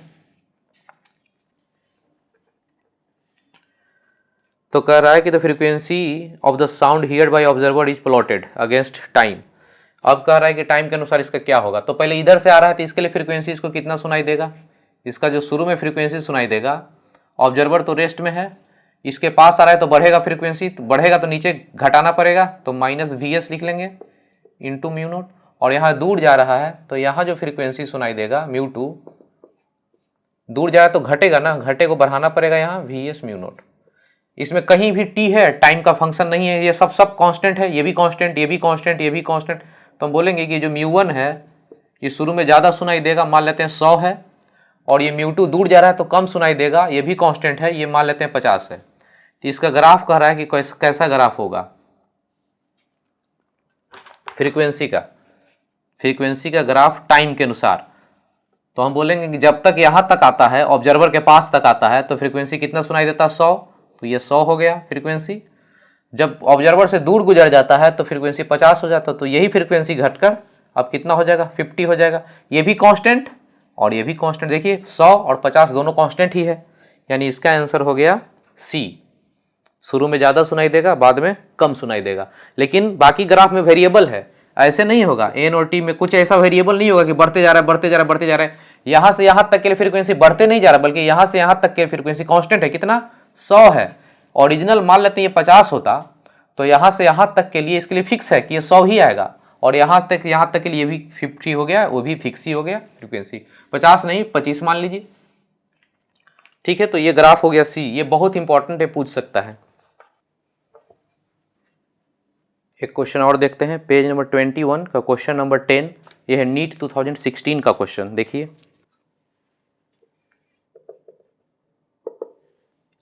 क्वेश्चन कर रहा है siren emitting sound of frequency इतना, यानी इसका फ्रीक्वेंसी म्यू नॉट दिया हुआ है 800। अब कह रहा है कि मूव अवे फ्रॉम ऑब्जर्वर। ये ऑब्जर्वर है, ये ऑब्जर्वर है, इससे दूर जा रहा है। ये कितना स्पीड से 15 से। ये वीसी कार का स्पीड मान लीजिए, ये 15, इधर जा रहा है दूर। और किधर जा रहा है, टुवर्ड क्लिफ। ये क्लिफ है इसके साइड में, तो वही डायग्राम हो गया। ऑब्जर्वर से दूर जा रहा है, देखिए इस कार को इस ऑब्जर्वर से दूर जा रहा है, away from the observer and towards the Cliff. तो ये डायग्राम बनेगा। अब क्या चाहिए अपने को, तो frequency of sound that observer hear in the echo reflected from the cliff. अब ये टकरा कर जब इको होकर आया तो कितना, यानी रिफ्लेक्शन वाला कॉन्सेप्ट चाहिए। तो रिफ्लेक्शन वाले में हम लोग पढ़े हुए हैं, इसका इमेज चला जाएगा और ये आ रहा है कितना से, VC से 15, और ये हो गया फ्रीक्वेंसी। तो कितना इसको ऑब्जर्वर को सुनाई देगा, तो इस ऑब्जर्वर को कितना सुनाई देगा फ्रीक्वेंसी। ऑब्जर्वर रेस्ट में है तो ऑब्जर्वर का नहीं लिखेंगे। ये इधर आ रहा है तो बढ़ेगा फ्रीक्वेंसी, इधर आएगा तो बढ़ेगा ना, बढ़ाने के लिए नीचे घटाना पड़ेगा। VC इंटू म्यू नॉट कितना हो जाएगा। साउंड का स्पीड इसमें दिया हुआ है 330 लेना है, 330 माइनस VC। कार का स्पीड कितना है 15 है, म्यू नॉट 800 है। अब इसको गुना भाग करना है, ये कितना हो जाएगा 315। जितना है उतना ही यहाँ लिखना पड़ेगा। पहले 315 लिख लीजिए, जितना है उतना। इसमें से 315 गया तो और कितना, 15 और जोड़ेंगे, इन दोनों को जोड़ेंगे तब ना इतना होगा। अब 315 से इसमें भाग देंगे तो 1 बन जाएगा, 1 प्लस 15/800। अब इसको एडजस्ट करेंगे, ये लगभग 300 के आसपास है ना, 315 लगभग 300 के आसपास लिखे हैं, तो ये 20 बनेगा। 1/20 करेंगे तो कितना, 0.5 हो जाएगा ना, एक 0 गया, ये हो जाएगा, कटेगा तो इधर का टर्म आ जाएगा 1 प्लस 1/20 है, 0.05 इंटू 800।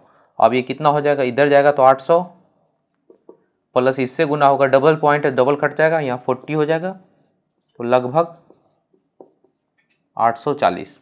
तो 840 लगभग कहने का मतलब इसका आंसर हो गया, सबसे इसके नज़दीक वाला कौन सा है, इसका आंसर ये हो गया 838। लगभग इसके 838 वाला आंसर है सबसे नज़दीक, बाकी कोई नहीं है, ए हो गया आंसर। एक क्वेश्चन जेईई मेन का करते हैं, पेज नंबर 9 का क्वेश्चन नंबर 5। ये जेईई मेन 2020 का क्वेश्चन है। देखिए क्या है, ड्राइवर ऑफ बस approaching a big wall. Notice हम लोग कर चुके हैं, वॉल हो, हिल हो, क्लिफ हो, सबका एक ही काम होता है। फ्रीक्वेंसी ऑफ बस हॉर्न दिया हुआ इतना से इतना करहा चेंज होता है जब here after reflected from the wall. तो सब कुछ वही है, जैसे ये है, बस है, ट्रक है, कार है, कुछ भी है, ये जा रहा है इस दीवार से या हिल से टकराता है, तो इसका ओरिजिनल फ्रीक्वेंसी म्यू नॉट है। ये गया टकरा के जब आता है रिफ्लेक्टेड होके तो हमको कुछ और फ्रीक्वेंसी सुनाई देता है जो ड्राइवर को सुनाई देता था। तो ये जो फ्रीक्वेंसी सुनाई देता है उसका फॉर्मूला था V plus VC, V minus VC into mu naught, यही फार्मूला था। अब कह रहा है कि कितना से कितना फ्रीक्वेंसी चेंज होता है, 420 से 490, यानी कि अब जो फ्रीक्वेंसी होगा जब टकरा के आ रहा है ज़्यादा, तो ये हो गया 490 और ये जो था ये है 420। अब क्या है, स्पीड ऑफ बस, यानी ये कार का स्पीड बोलिए या बस का स्पीड बोलिए, वही हमको चाहिए। साउंड का 330 है। अब यहाँ से 0 गया, 7 से काटेंगे तो ये आ जाएगा 7/6 और इधर हो जाएगा V plus VC, V minus VC। ये दिया हुआ है साउंड का स्पीड 330। अब यहाँ पे हम एक बार इसको सॉल्व करना हो, VC निकालना हो, जैसे मर्जी वैसे सॉल्व कर सकते हैं, जोड़ घटाव कर लें या ऐसे ऐसे मल्टीप्लाई कर लें। यहाँ से कर लें तो 7v माइनस 7vc और यहाँ हो जाएगा 6v प्लस 6vc। vc हमको चाहिए तो उधर गया तो 13vc बराबर, ये इधर गया था ये इधर आया तो सिर्फ v बना, तो vc इक्वल टू v था कितना 330, देखिए क्वेश्चन में लिखा हुआ है 330 डिवाइडेड बाय 13। ये तो हो गया मीटर पर सेकेंड में, लेकिन ऑप्शन में देखिएगा, ऑप्शन में निकाला हुआ है किलोमीटर पर आवर में है, तो किलोमीटर पर आवर में चेंज करना है तो इसमें मल्टीप्लाई करना पड़ेगा 18/5 से, तो ये बन जाएगा किलोमीटर पर आवर। अब इसको मल्टीप्लाई कर दीजिए तो यहाँ से कैलकुलेशन कर सकते हैं कैसे, इन दोनों को करेंगे 13 5 का 65 को अप्रोक्स में 66 बोल सकते हैं। 11 से काटे तो 6 से कटेगा, 11 से ये 3 से कटेगा तो 30 होगा, 6 से कटेगा 18 × 5 करेंगे तो 90, तो 90 के आसपास जो VC होगा 90 किलोमीटर पर आवर। यानी इसका आंसर कौन सा हो गया, इसका आंसर ए हो गया। तो डॉपलर इफेक्ट बहुत ज़्यादा टफ नहीं है, कैलकुलेशन का पोर्शन होता है, जो ये वाला पोर्शन होता है ना उसको सीख लीजिएगा, कर लीजिएगा कुछ प्रैक्टिस तो हो जाएगा क्वेश्चन इसका।